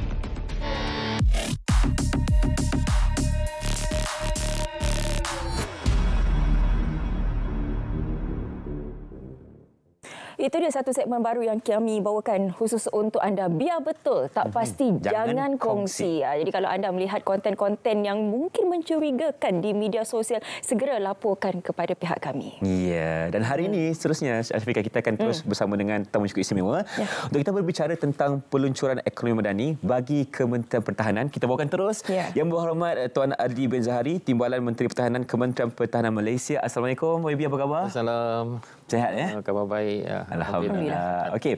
Jadi kita terus berbicara tentang ekonomi madani ini, semakin lama makin disebut oleh rakyat Malaysia sendiri. Jadi apakah peranan Kementerian Pertahanan untuk membantu Malaysia menjadi peneraju ekonomi Asia yang terkandung dalam ekonomi madani ini sebenarnya? Okey, pertamanya saya ucap terima kasihlah kepada Selamat Pagi Malaysia kerana menjemput Kementerian Pertahanan untuk bicarakan tentang ekonomi madani ini. Kita tahu bahawa salah satu daripada segmen ekonomi madani itu adalah kita mahu kita jadi peneraju kepada ekonomi Asia itu sendiri.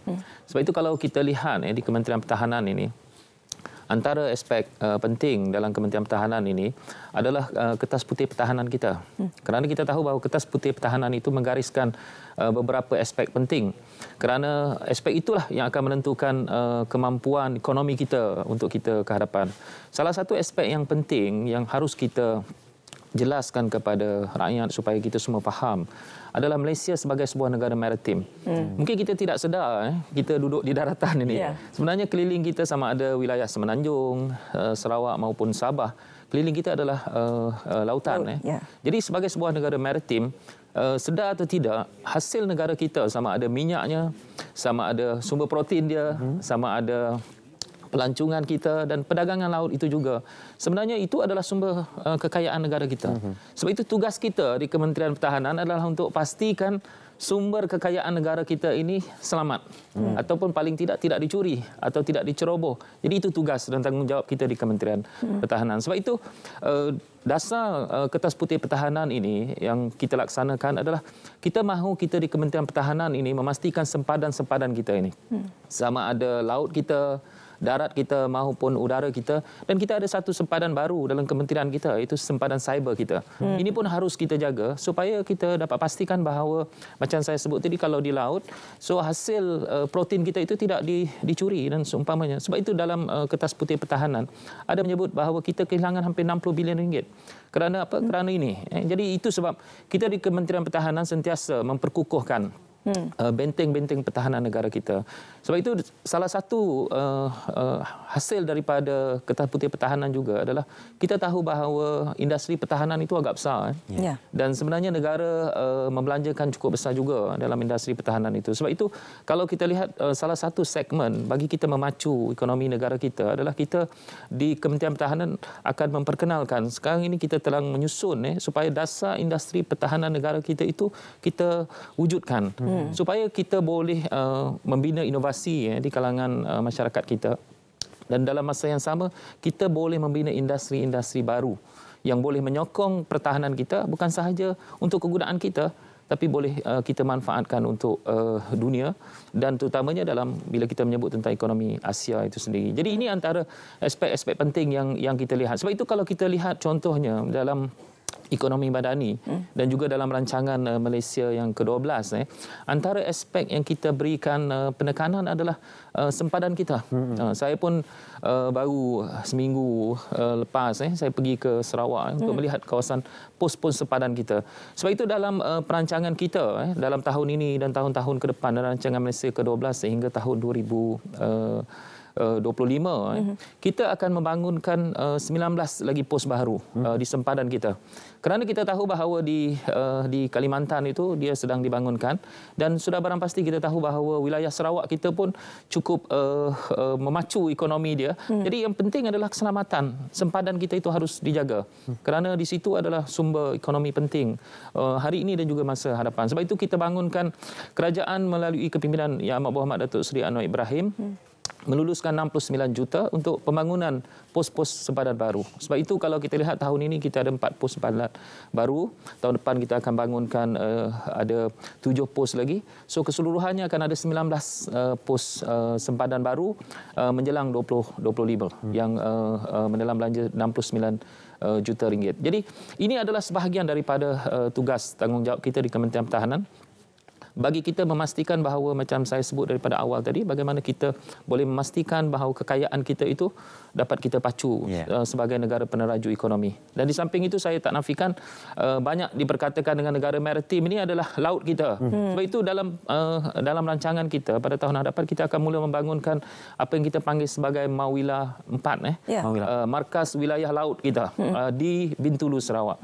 Jadi kita tahu bahawa Laut Cina Selatan banyak dia punya perbincangan, tetapi kita tahu bahawa dia adalah sumber kekayaan yang cukup besar kepada negara kita. Sebab itu menjaganya adalah satu keutamaan dan sempadan itu cukup penting bagi kita. Jadi dengan pembangunan Mawila 4 ini saya fikir dia akan dapat membantu bukan sahaja kepada Sarawak tetapi juga kepada wilayah Sabah kita dan dalam masa yang sama Semenanjung juga. Kalau kita lihat peta kita tu Laut Cina Selatan itu memang menjadi kepentingan kepada kita.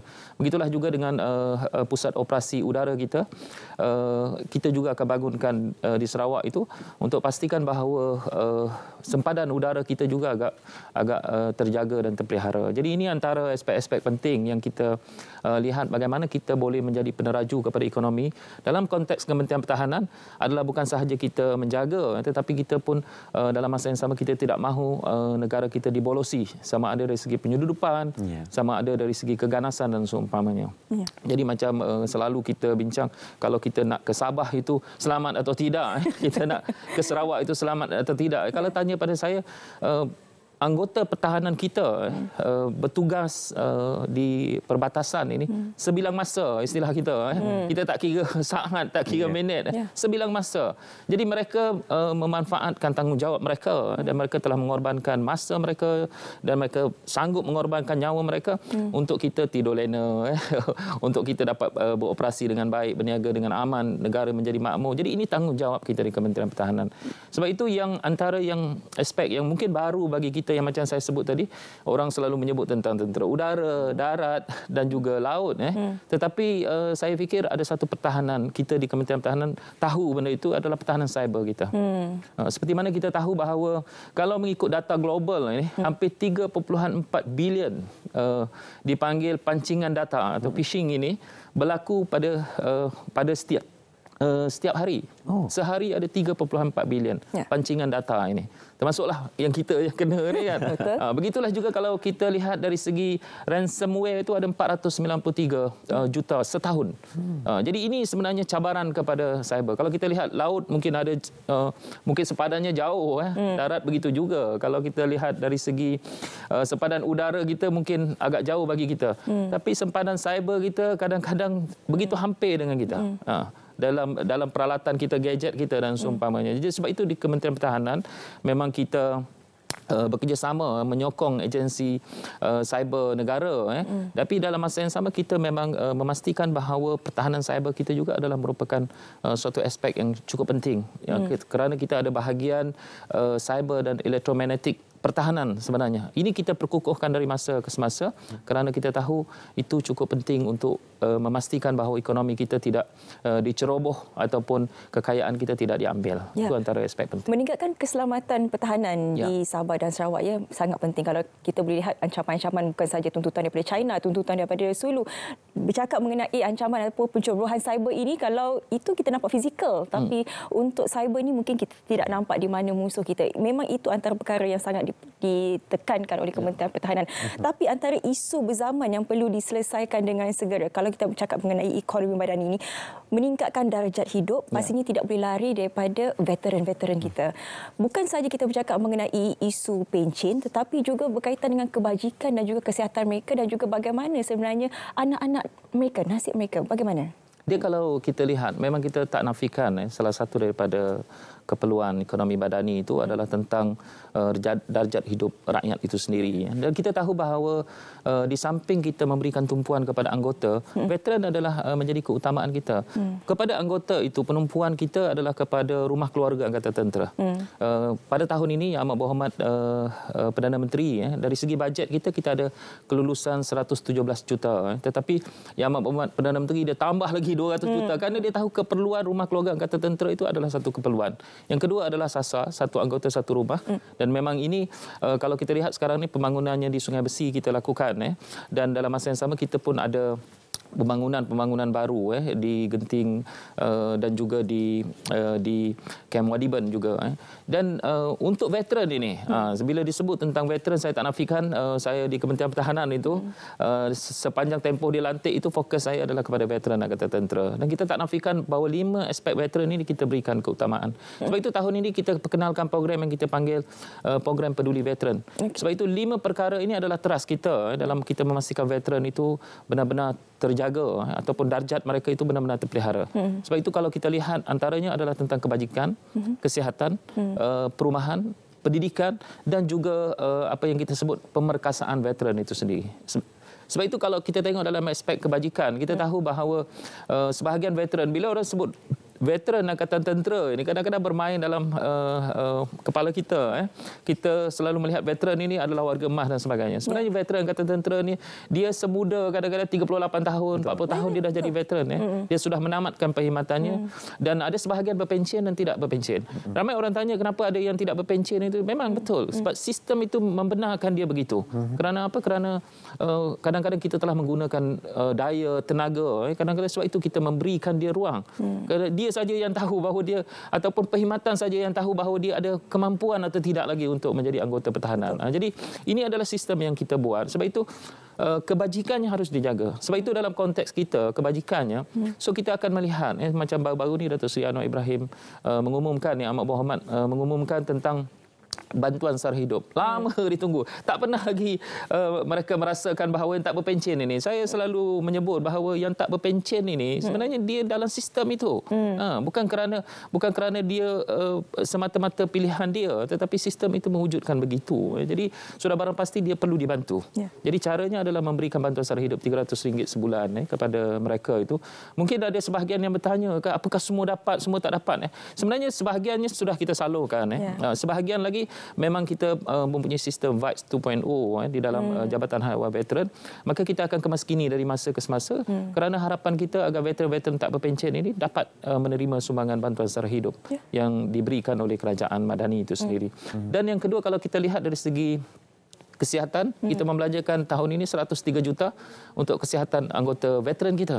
Supaya kesihatan bukan sahaja dari segi perkhidmatan kesihatan, tetapi ubat dan juga kita lihat macam peralatan-peralatan kesihatan, termasuk saya dalam program Peduli Veteran itu termasuk yang selalu kita lawat itu adalah mereka yang memerlukan susu untuk makanan. Ada sebahagian mereka terlantar dan mereka perlukan perbelanjaan itu cukup tinggi. Kalau kita lihat satu keluarga itu untuk mereka membeli susu untuk makanan ini, paling kurang mereka harus berbelanja RM800 sebulan.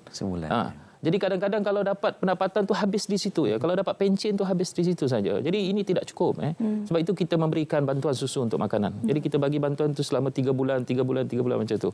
Jadi ini stok. Ini antara usaha kita di Kementerian Pertahanan untuk pastikan apa yang kita sebut tadi, keperluan dia.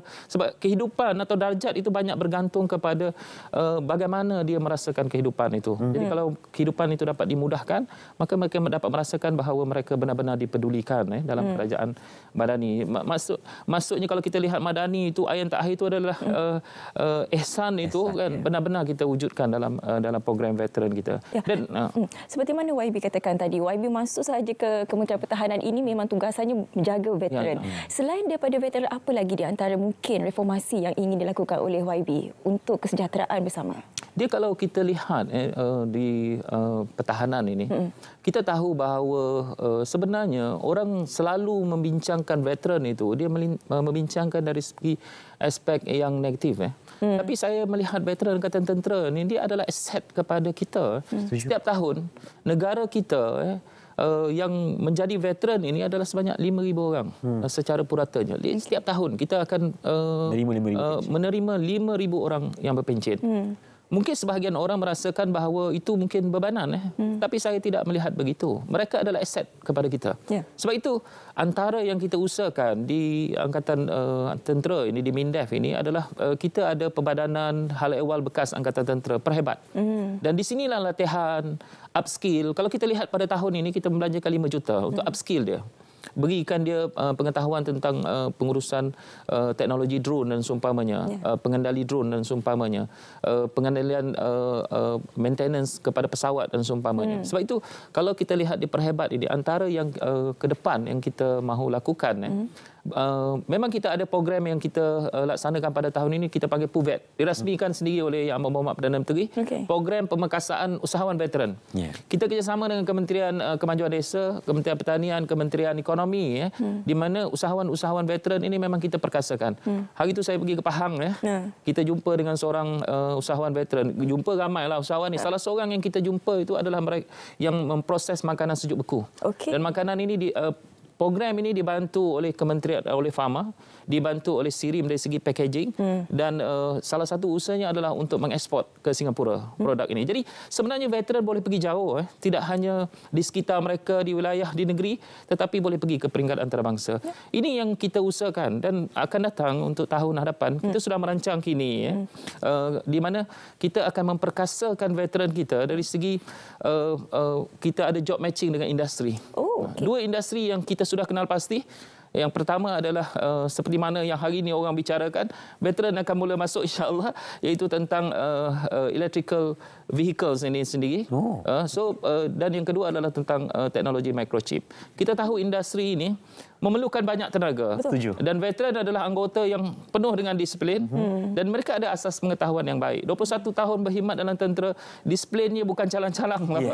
Jadi ini sebenarnya adalah aset kepada negara kita, dan kita akan manfaatkan aset ini, di mana kita yakin anggota pertahanan kita, kalau kerjaya kedua mereka boleh dirancang dengan baik, so kita akan mereka akan dapat kehidupan yang jauh lebih baik berbanding dengan apa yang ada pada hari ini. Jadi ini sebenarnya antara harapan kita di MINDEF itu untuk sama-sama memacu ekonomi negara seperti mana yang dikehendaki oleh Yang Berhormat Perdana Menteri, dan sama ada dari segi meneraju ekonomi Asia itu sendiri, kita sebagai penerajunya, seperti mana yang telah saya sebutkan tadi, ataupun mengangkat darjat rakyat itu sendiri, terutamanya anggota pertahanan kita dan juga veteran Angkatan Tentera. Alhamdulillah, itu sebenarnya satu inisiatif dan juga pemekasaan kepada veteran ITM sendiri, di mana Kementerian Pertahanan telah berjanji untuk sama-sama kita menaik tarafkan kehidupan mereka di luar sana yang telah pun berjuang pada negara kita, dan mereka akan diberikan juga peluang untuk bekerja selepas ini. Terima kasih banyak YB Adli bin Zahari, Timbalan Menteri Pertahanan Kementerian Pertahanan Malaysia, kerana sudi bersama dengan kita hari ini. Saya rasa cukup padat dan padat tepat, ringkas saja, tapi memang sampai kepada rakyat, kerana apa yang dikatakan oleh YB sebenarnya tadi, itulah yang ditunggu-tunggu sebenarnya, khususnya untuk veteran di luar sana. Terima kasih sekali lagi YB. Okey, seterusnya kita nak ke mana? Tadi YB dah ke negeri ni tadi. Okey, kita nak ke negeri Pahang pula untuk bersama rakan pelapor Nur Khairul Bariah Omar untuk perkongsian peternakan burung puyuh organik menjana pendapatan. Silakan. Baik, terima kasih. Cerita pagi dari Pahang hari ini saya bawakan anda ke Feda Kemasul Bentong di mana untuk melihat penternakan burung puyuh organik. Jadi seketika untuk bersama menceritakan perkara ini, bersama saya adalah pengusaha burung puyuh organik iaitu Puan Nur Hidayu Jaman. Baik Puan, boleh Puan kongsikan sejak bila Puan mula berkecimpung dalam bidang ini dan bagaimana tercetusnya idea untuk Puan memulakan perniagaan ini? Kiranya saya bermula daripada tahun 2020 sampai ke hari inilah. Jadi kita cetusnya ni burung puyuh ni kiranya daripada ayah lah. Ayah sebab ayah pencen. Lepas tu di pencen ni dia kiranya kita orang ni ada asas peternakan. Sebelum ni kita orang ternak arnab. Lepas tu dia tak tahu, dia kata kita buat puyuh lah, kita cuba. Lepas tu kita orang cakap lah, reti ke kan? Kita tak ada basic puyuh, burung apa semua tak reti. Lepas tu ayah cakap, try lah, cuba dulu. Kita cuba sikit-sikit kan. Cuba sikit-sikit, lepas tu jadilah dia slow-slow. Mula-mula kita ada dalam 200 ekor je. Kita beli kat orang, kita beli anak 200 ekor. Lepas tu dalam masa sebulan tu dia dah besar. Jadinya dia bertelur. Telur tu kita eramkan. Kita eramkan supaya jadi banyak-banyak lah. Tapi sikit-sikit masa tu belum lagi. Kita belum jual lagi. Kita cuma besarkan lah. Kira kuantiti dia semua macam tu lah. Dari segi pasaran Puan, bagaimana Puan dari segi pasaran untuk penternakan burung puyuh ini? Pasaran kita hantar ke kedai-kedai lah. Kita mula-mula kita kecil-kecil kan, hantar ke kedai sini je, mula-mula sini-sini je. Lepas tu kita pergi jauh sikit, pergi ke Kuala Kelawang, Temeloh, ada ke Puchong, ada ke Selangor ada sikit-sikit lah kan. Lepas tu kita online ada jugalah. Kira kita promosikan online, Facebook. Nur Syahda Puyuh. Macam itulah. Selain daripada daging burung puyuh Puan mungkin ada juga inisiatif lain berkaitan dengan burung puyuh ni juga Puan? Kita ada buat ni jugalah, puyuh perap. Lepas tu kita jual juga telur anak dia dan puyuh hidup juga. Kita jual semualah kira, daripada telur, anak dia, puyuh hidup. Jadi frozen sekali. Macam tu. Jadi apa Puan cabaran yang Puan hadapi sepanjang penternakan burung puyuh ini Puan? Cabaran yang paling besar kita sebenarnya pemakanan dia lah. Dedak. Harga dedak, kita main dengan harga dedak kan. Lepas tu dia cabaran dia dengan puyuh ni, kira dia tak boleh stres. Puyuh-puyuh ni dia tak boleh stres. Bila dia panas sangat tak boleh, sejuk sangat pun tak boleh. Jadi dia akan pandai bunuh diri. Dia pandai bunuh diri. Dia bila dia stres, dia tak nak minum, tak nak makan, mati. Macam itulah kita mati dengan dedak lah. Kita paling besar lah cabaran dia. Terima kasih Puan atas perkongsian itu tadi. Saya kira setakat itu saja cerita pagi dari Pahang. Kembali ke studio untuk laporan seterusnya. Silakan. Terima kasih rakan pelapor Nur Khairul Bariah Omar untuk perkongsian penternakan burung puyuh organik menjana pendapatan di Pahang. Betul. Seterusnya Irfan, kita nak bicara soal Majlis Sambutan Dekad Bahasa Kebangsaan Sektor Pendidikan Kementerian Pendidikan Malaysia tahun 2023. Kita kenalkan terlebih dahulu tetamu kita di studio, Timbalan Pengarah Sektor Dasar dan Perancangan Bahagian Matrikulasi Kementerian Pendidikan Malaysia, Dr. Hajar Sharifah Sebran Jamila Said Imam. Assalamualaikum, selamat pagi. Assalamualaikum. Sihat Dr. Hajar? Alhamdulillah. Untuk kita berkongsi kepada penonton Sahabat Malaysia pagi ini, bila dan di manakah sambutan ini akan diadakan sebenarnya? Bismillahirrahmanirrahim. Assalamualaikum warahmatullahi wabarakatuh. Salam Malaysia Madani. Salam ABC, anak yang baik lagi cerdik. Kepada penonton Slot Selamat Pagi Malaysia, terima kasih kepada RTM kerana menjemput KPM dalam Slot Selamat Pagi ini.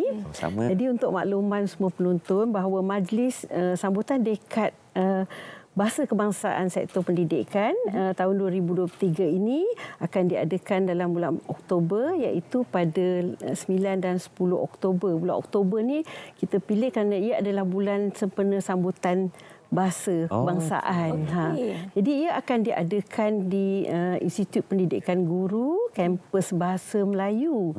Pemilihan tempat ini, kampus Bahasa Melayu ini sangat signifikan dengan usaha untuk memartabatkan bahasa Melayu. Jadi ia akan diadakan bermula pada 9 pagi yang akan dirasmikan oleh YB Menteri Pendidikan yang kami sayangi, iaitu Fazlina Siddiq. Mungkin boleh Doktor terangkan juga apakah tema yang akan diangkat untuk majlis sambutan kali ini? Ya, tema pada tahun ini ialah bahasa jiwa bangsa. Tema ini sama seperti tahun hadapan, tahun lepas, tahun 2022, kita masih mengekalkan, KPM masih mengekalkan tema ini kerana dia mempunyai maksud yang mendalam kan. Maknanya bahasa jiwa bangsa itu menggambarkan sesuatu bangsa itu di mana dia menjadi identiti kebangsaan kepada suatu bangsa. Di samping bahasa itu menunjukkan bagaimana bahasa itu melambangkan penyatuan antara bangsa. Macam Malaysia, kita mempunyai pelbagai kaum. Jadi bahasa bangsa itu adalah bahasa melambangkan identiti suatu bangsa dan negara. Ya, untuk menyatu padukan kita bersamalah dan menggunakan bahasa kebangsaan kita, bahasa Melayu. Boleh Doktor kongsikan juga antara aktiviti-aktiviti yang akan dilaksanakan di sana nanti? Ya, sepanjang majlis sambutan dekad bahasa kebangsaan sektor pendidikan, di mana ada pelbagai aktiviti yang telah kami susun sepanjang 2 hari lah, iaitu pada 9 dan 10 Oktober ini. Jadi antaranya yang ada ialah pertandingan prosa klasik berpuisi, di mana pelajar yang hadir, penonton yang hadir, para pendidik yang hadir, mereka boleh membacakan prosa klasik itu. Maknanya mendeklamasikan puisi, dan kita juga mengadakan pertandingan deklamasi saja. Di samping yang lebih menarik itu adalah pertandingan tulisan kaligrafi Jawi dalam usaha kita untuk memartabatkan tulisan Jawi. Di samping itu ada beberapa aktiviti, kita ada pameran, kita ada penjualan buku. Pameran ini terdiri pada beberapa bahagian lah di kementerian. Antaranya ialah bahagian pendidikan khas. Jadi aktiviti kebahasaan yang akan dipamerkan sepanjang 2 hari. Di samping ada tarian, persembahan instrumen klasik iaitu gondang 9. Ada 7 jenis gendang yang akan dimainkan. Di samping ada tarian, ada persembahan syair dan sebagainya lah. Jadi banyak aktiviti kebahasaan disusun untuk dalam usaha kita untuk memartabatkan bahasa kebangsaan. Doktor, apa sebenarnya sasaran yang ingin dicapai dengan penganjuran majlis ini? Okey, di samping sasaran kita ialah kita nak menggalakkan kepada warga pendidik, itu guru, di samping anak-anak lah, pelajar-pelajar kita. Pelajar-pelajar kita di sekolah, pelajar-pelajar kita di pra-universiti tingkatan 6, kolej metroklasi, IPG dan keseluruhan warga KPM. Jadi sasaran kita sebab tahun ini dalam majlis dekad bahasa kebangsaan sektor pendidikan, kita ada aktiviti yang lebih penting lah, iaitu kita memberi anugerah kepada tokoh bahasa kebangsaan, iaitu tokoh bahasa Melayu atas penglibatan mereka yang aktif dalam memartabatkan bahasa Melayu. Baik, Doktor boleh kongsikan juga tak apa antara aktiviti lain yang diadakan oleh aktiviti dekad bahasa kebangsaan ataupun ADBK ni yang dianjurkan oleh Kementerian Pendidikan Malaysia sepanjang tahun 2023? Okey, dia sebenarnya dalam sambutan dekad bahasa kebangsaan ini kita adakan sepanjang tahun, bermula daripada bulan Februari lagi, di mana kita anjurkan di setiap bahagian, dan juga kita juga berkolaborasi dengan pelbagai agensi atau bahagian-bahagian lain lah. Sepertinya KPM dia berkolaborasi dengan Majlis Amanah Rakyat, itu MARA, dengan sekolah-sekolah MRSM, dan juga dengan Jabatan Perpaduan Negara Integrasi Nasional, di mana dengan JAPIN juga kita mengadakan pelbagai aktiviti dengan kolaborasi pelbagai agensi. Di samping kita ada juga program-program pertandingan seperti pengucapan awam, forum bahasa Melayu, bengkel kerja penulisan dokumen rasmi serta memperkasakan tulisan Jawi. Yang ini kita adakan, kita integrasi antara bahagian dan juga agensi. Sepanjang tahun, Doktor? Sepanjang tahun daripada bulan Februari sehingga kemuncak majlis sambutan dekad bahasa kebangsaan. 9 dan 10 Oktober. Ya, 9 dan 10 Oktober ini. ini. Tadi kita berkisar mengenai tahun 2023. Ya. Doktor boleh kongsikan sedikit sebenarnya latar belakang sambutan dekad bahasa ini. Bagaimana bermulanya, Doktor? Okey, sedikit tentang latar belakang ya. Di mana latar belakang bahasa Melayu ni dia bermula daripada dekad bahasa kebangsaan yang merupakan penjenamaan semula bulan bahasa kebangsaan yang telah bermula pada tahun 2012. Jadi daripada tahun 2012 hingga tahun 2019 kita menganjurkan dekad bahasa kebangsaan dengan bekerjasama di antara KPM dengan KPT, Kementerian Pengajian Tinggi. Jadi pada masa itu Kementerian Pendidikan dan Kementerian Pengajian Tinggi di bawah satu payung. Jadi dianjurkan bersama. Walau bagaimanapun bermula daripada tahun 2020 di mana bila berpisahnya Kementerian Pendidikan Malaysia dengan Kementerian Pengajian Tinggi, jadi KPM menganjurkan secara bersendirian lah. Di mana sudah 3 tahun kami menganjurkan dekad bahasa kebangsaan ni di sektor pendidikan. Jadi kegiatan kebahasaan kesusastraan, antara aktiviti yang dijalankan ialah kegiatan kebahasaan kesusastraan di mana di KPM sendiri penganjuran dekad sambutan bahasa kebangsaan ini juga dia secara bergila-gila. Maknanya antara bahagian kita di kementerian ada 28 bahagian yang secara bergila-gila akan menganjurkannya. Jadi untuk tahun ini dia dianjurkan oleh urustinya adalah bahagian matrikulasi bersama juga dengan bahagian pendidikan khas. Jadi aktiviti ini antara kita mengurustiakan dan bekerjasama dengan semua bahagian-bahagian yang lain. Doktor, saya tertarik untuk tahu antara inisiatif yang dilaksanakan oleh KPM sendiri dalam pelaksanaan dekad bahasa kebangsaan. Bagaimana? Okey, pertamanya memperkasakan peranan bahasa Melayu sebagai bahasa kebangsaan sebab dan dia juga merupakan bahasa rasmi ya. Dan kita nak memartabatkan bahasa Melayu ini sebab dia menjadi bahasa rasmi negara. Dan antara inisiatif yang dilaksanakan ialah perancangan memupuk bahasa Melayu menjadi bahasa tamadun bangsa Malaysia lah yang membudayakan berbudaya dan akhlak mulia yang menunjukkan bahawa betapa besar, berapa signifikannya bahasa kebangsaan ini dalam masyarakat Melayu sendiri dan Malaysia khususnya. Jadi KPM juga memastikan bahasa Melayu direalisasikan sebagai wahdah pembangunan negara di mana sekaligus mengantarabangsakan bahasa Melayu sebagai salah satu usaha utama di ASEAN dan menjadikan Malaysia sebagai pusat persuratan Melayu terulung di dunia. Ya, tadi saya tertarik dengan doktor dia menyatakan bahawa untuk tahun ini antara aktiviti yang menarik ialah penganugerahan tokoh bahasa kebangsaan. Mungkin boleh kongsikan bagaimana sebenarnya proses dan juga kaedah pemilihannya. Okay. Tokoh bahasa Melayu dia ada 2 anugerah di situ. Tokoh bahasa Melayu sektor pendidikan dan juga kita ada tokoh bahasa Melayu untuk teknikal dan vocational. Seperti yang kita tahu kan macam agensi macam teknikal dan vocational ni dari segi penulisan dia banyak dihasilkan dalam bahasa Inggeris kan sebab teknikal kan banyak penggunaan bahasa Inggeris dan juga terminologinya banyak menggunakan bahasa-bahasa teknikal. Jadi kita adakan anugerah khas lah untuk teknikal dan vocational menggalakkan lebih ramai lagi warga pendidik ini menghasilkan penulisan-penulisan kajian-kajian mereka dalam bahasa Melayu untuk memartabatkan lagi bahasa Melayu dalam aspek teknikal dan juga vocational. Itu dia berkaitan dengan Majlis Sambutan Dekad Bahasa Kebangsaan 2023, Sektor Pendidikan Kementerian Pendidikan Malaysia yang diterjemahkan dan dizahirkan oleh Dr. Hajah Sharifah Sebran Jamilah Seimam. Dan terima kasih lagi sekali Dr. Hajah kerana berkongsi kepada kita hari ini dalam Selamat Pagi Malaysia. Ya, okey Irfan, seterusnya kita nak terus saja ke cerita Pagi Melaka.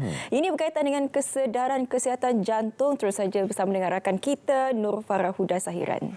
Silakan. Baik, terima kasih. Assalamualaikum. Salam Malaysia Madani. Sempena dengan sambutan Hari Jantung Sedunia baru-baru ini, Institut Jantung Negara IJN turut sama turun padang bagi memberikan penerangan atau pendidikan dengan lebih jelas berkenaan dengan kesihatan orang awam, terutamanya berkaitan dengan penyakit jantung. Dan untuk bercerita dengan lebih lanjut, saya bersama dengan kardiologi fellow dari IJN iaitu Dr. Nurhaliza Amharis. Terima kasih Doktor untuk pagi ini. Jadi Doktor, kalau boleh kongsikan kepada penonton Selamat Pagi Malaysia, bagaimana Doktor melihat tahap kesedaran orang awam berkenaan dengan penyakit jantung atau tahap kesihatan jantung? Silakan Doktor. Okay, terima kasih Farah. Okay. So sempena dengan Hari Kesihatan Jantung Sedunia yang dianjurkan oleh IJN pada baru-baru ini, so kami melihat kita melihat kesedaran orang awam mengenai penyakit jantung sebenarnya masih di tahap yang kurang. Okay, so tak ramai lagi yang mengetahui apa itu penyakit jantung, apa itu serangan jantung, apakah faktor yang menyebabkan ataupun risiko yang membawa kepada penyakit jantung itu sendiri, dan mereka tidak tahu apa itu gejala dan tanda-tanda penyakit jantung.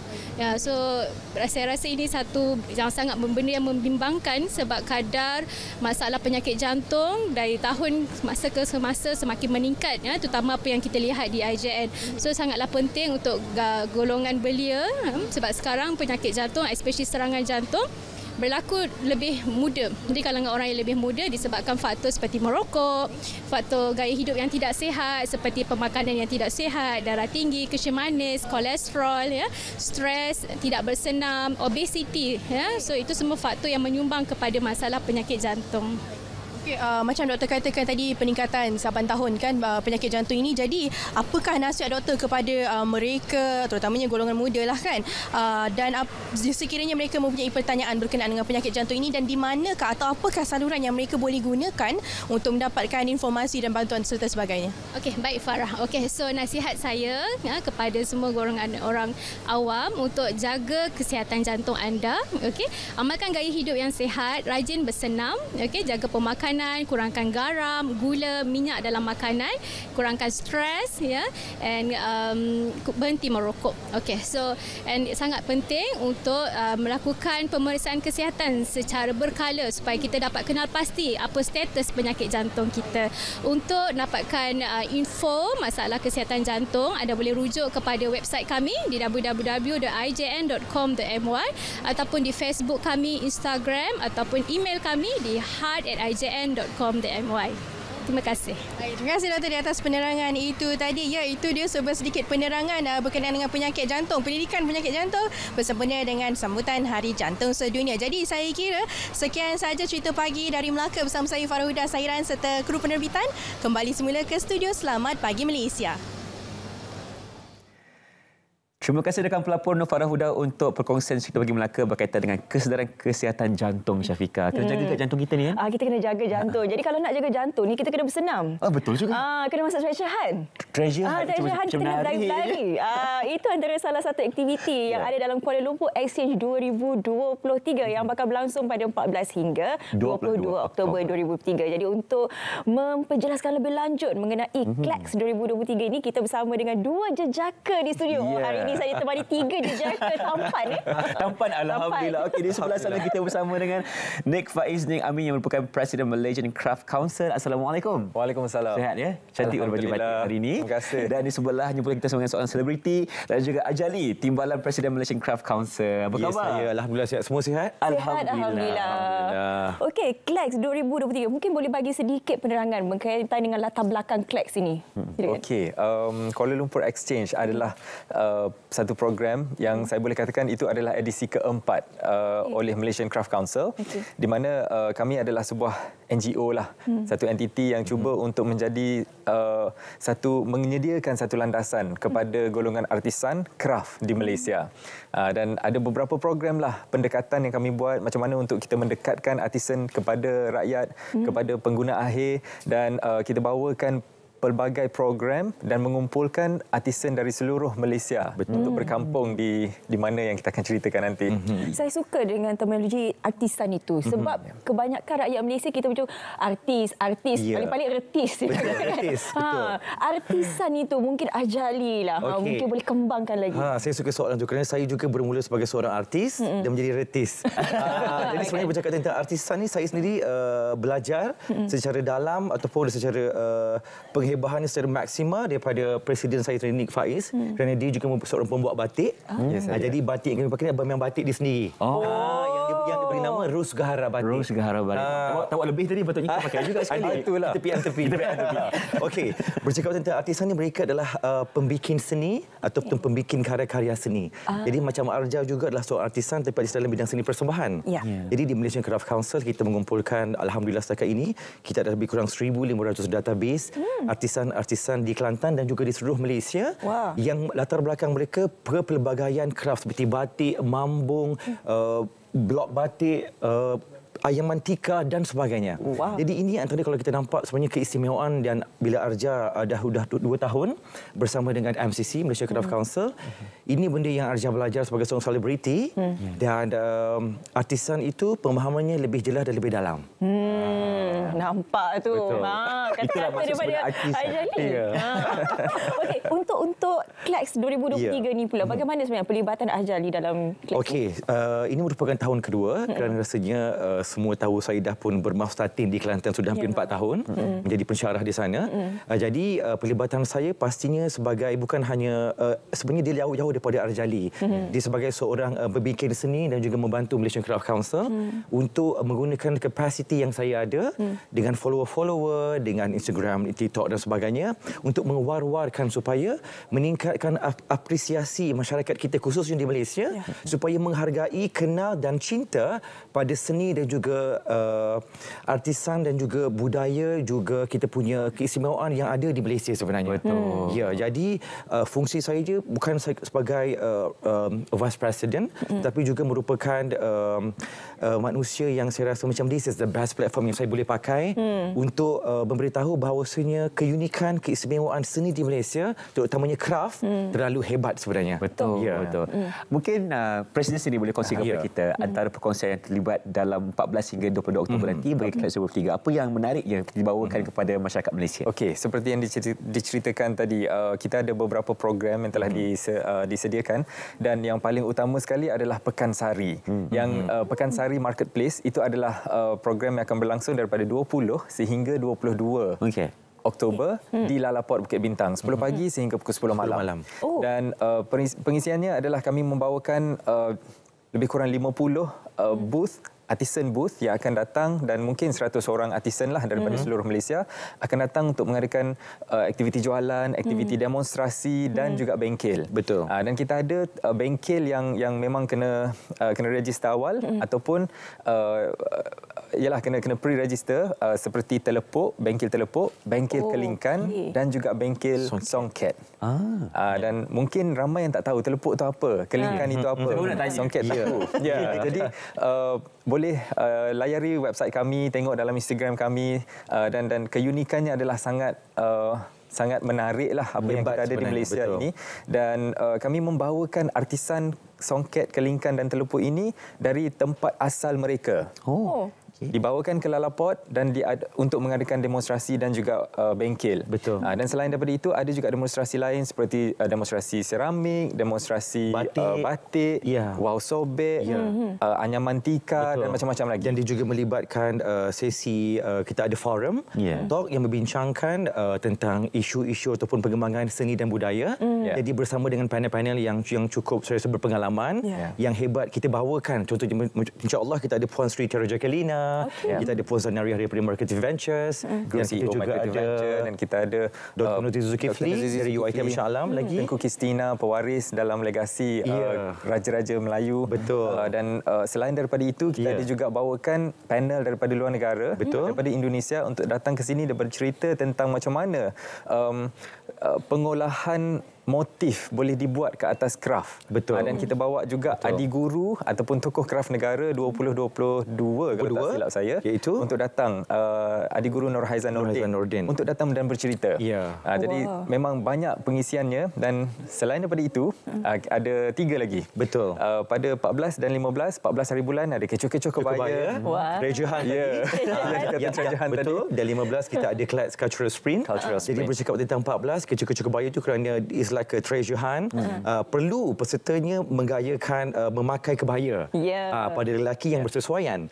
Jadi petang ni pula kita ada kebaya runway dan juga kebaya dance competition. Jadi di situ kita melestarikan, kita cuba menyemarakkan pemakaian kebaya Malaysia sahaja.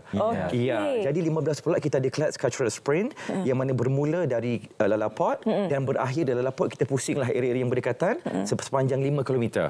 Ya, ini yang Syafiqah nak masuk tadi, kerja-kerja kebaya katanya. Awak kena join berdua ni. InsyaAllah, insyaAllah. Itulah mesti kita pergi sana. Bagaimana nak menyertai kerja-kerja kebaya ni sini? Okey, sebenarnya setakat ini alhamdulillah apa yang saya boleh war-warkan, kita juga bersama-sama dengan Samsul dari Loko Malaysia dengan kereta api sarungnya. Jadi alhamdulillah peserta sudah pun mencapai yang maksimum sebenarnya. Tak boleh lah. Tapi sebenarnya cuba. Untuk Syafiqah dan apa tadi? Irfan tak ada masalah. Boleh join saya. Jadi sebenarnya untuk info lanjut dan untuk menyertai 14-15 masih lagi boleh ke website kami dan boleh ke Instagram ataupun Facebook Malaysian Craft Council, segala-galanya di sana. Tapi kata kunci dia tadi kebaya Malaysia. Kena cari nanti salah negara pula. Ya, betul. Sebab bila dalam masa yang sama kita pun nak menyemarakkan jugalah bila kerajaan dah war-warkan perlu menggayakan batik pada hari Khamis. Daripada hari Jumaat kita juga memakai batik. Okey, tadi jadi ada berkongsi daripada pangkalan data tu ada berapa ribu artisan. 1,500.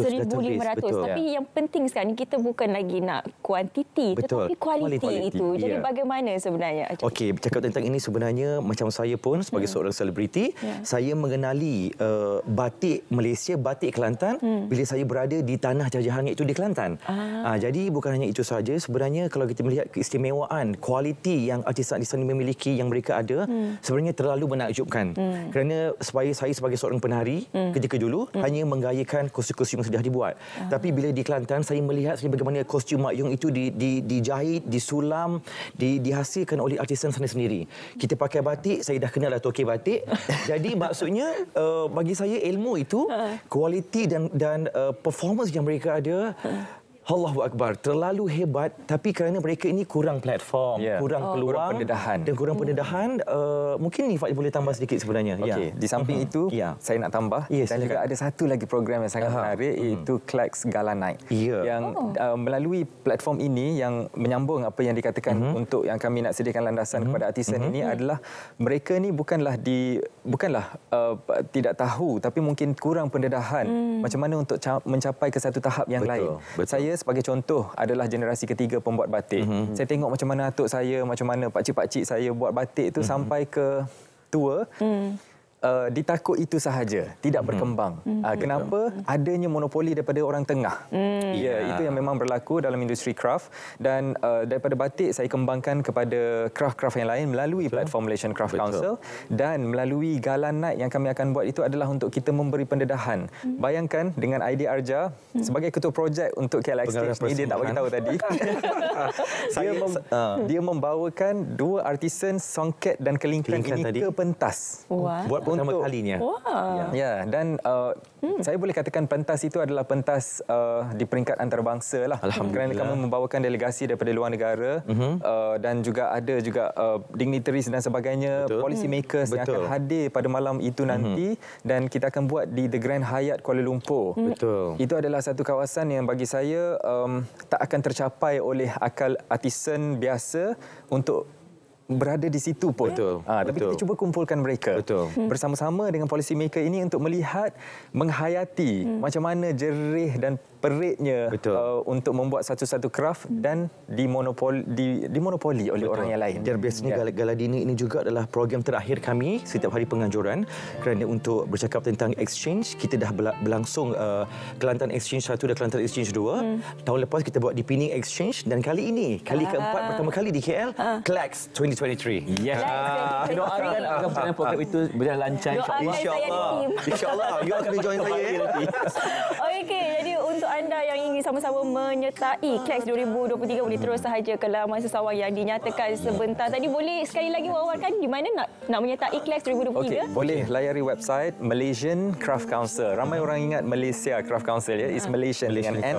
MalaysianCraftCouncil.org ataupun pergi ke Instagram, Facebook Malaysian Craft Council. Saya ucapkan kepada Ning Azmin dan juga Ajali. Sama-sama. Terima kasih juga Selamat Pagi Malaysia. Terima kasih. Exchange 2023 dan pastinya terima kasih kepada penonton Malaysia kerana bersama kami selama 2 jam bermula jam 8 hingga 10 pagi. Dah berakhir dah rancangan kita hari ini. Dah berakhir dah. Tapi ini bukan lagi satu berakhir, ini adalah satu permulaan. Sama juga dengan reformasi yang sudah pun bermula 25 tahun yang lepas.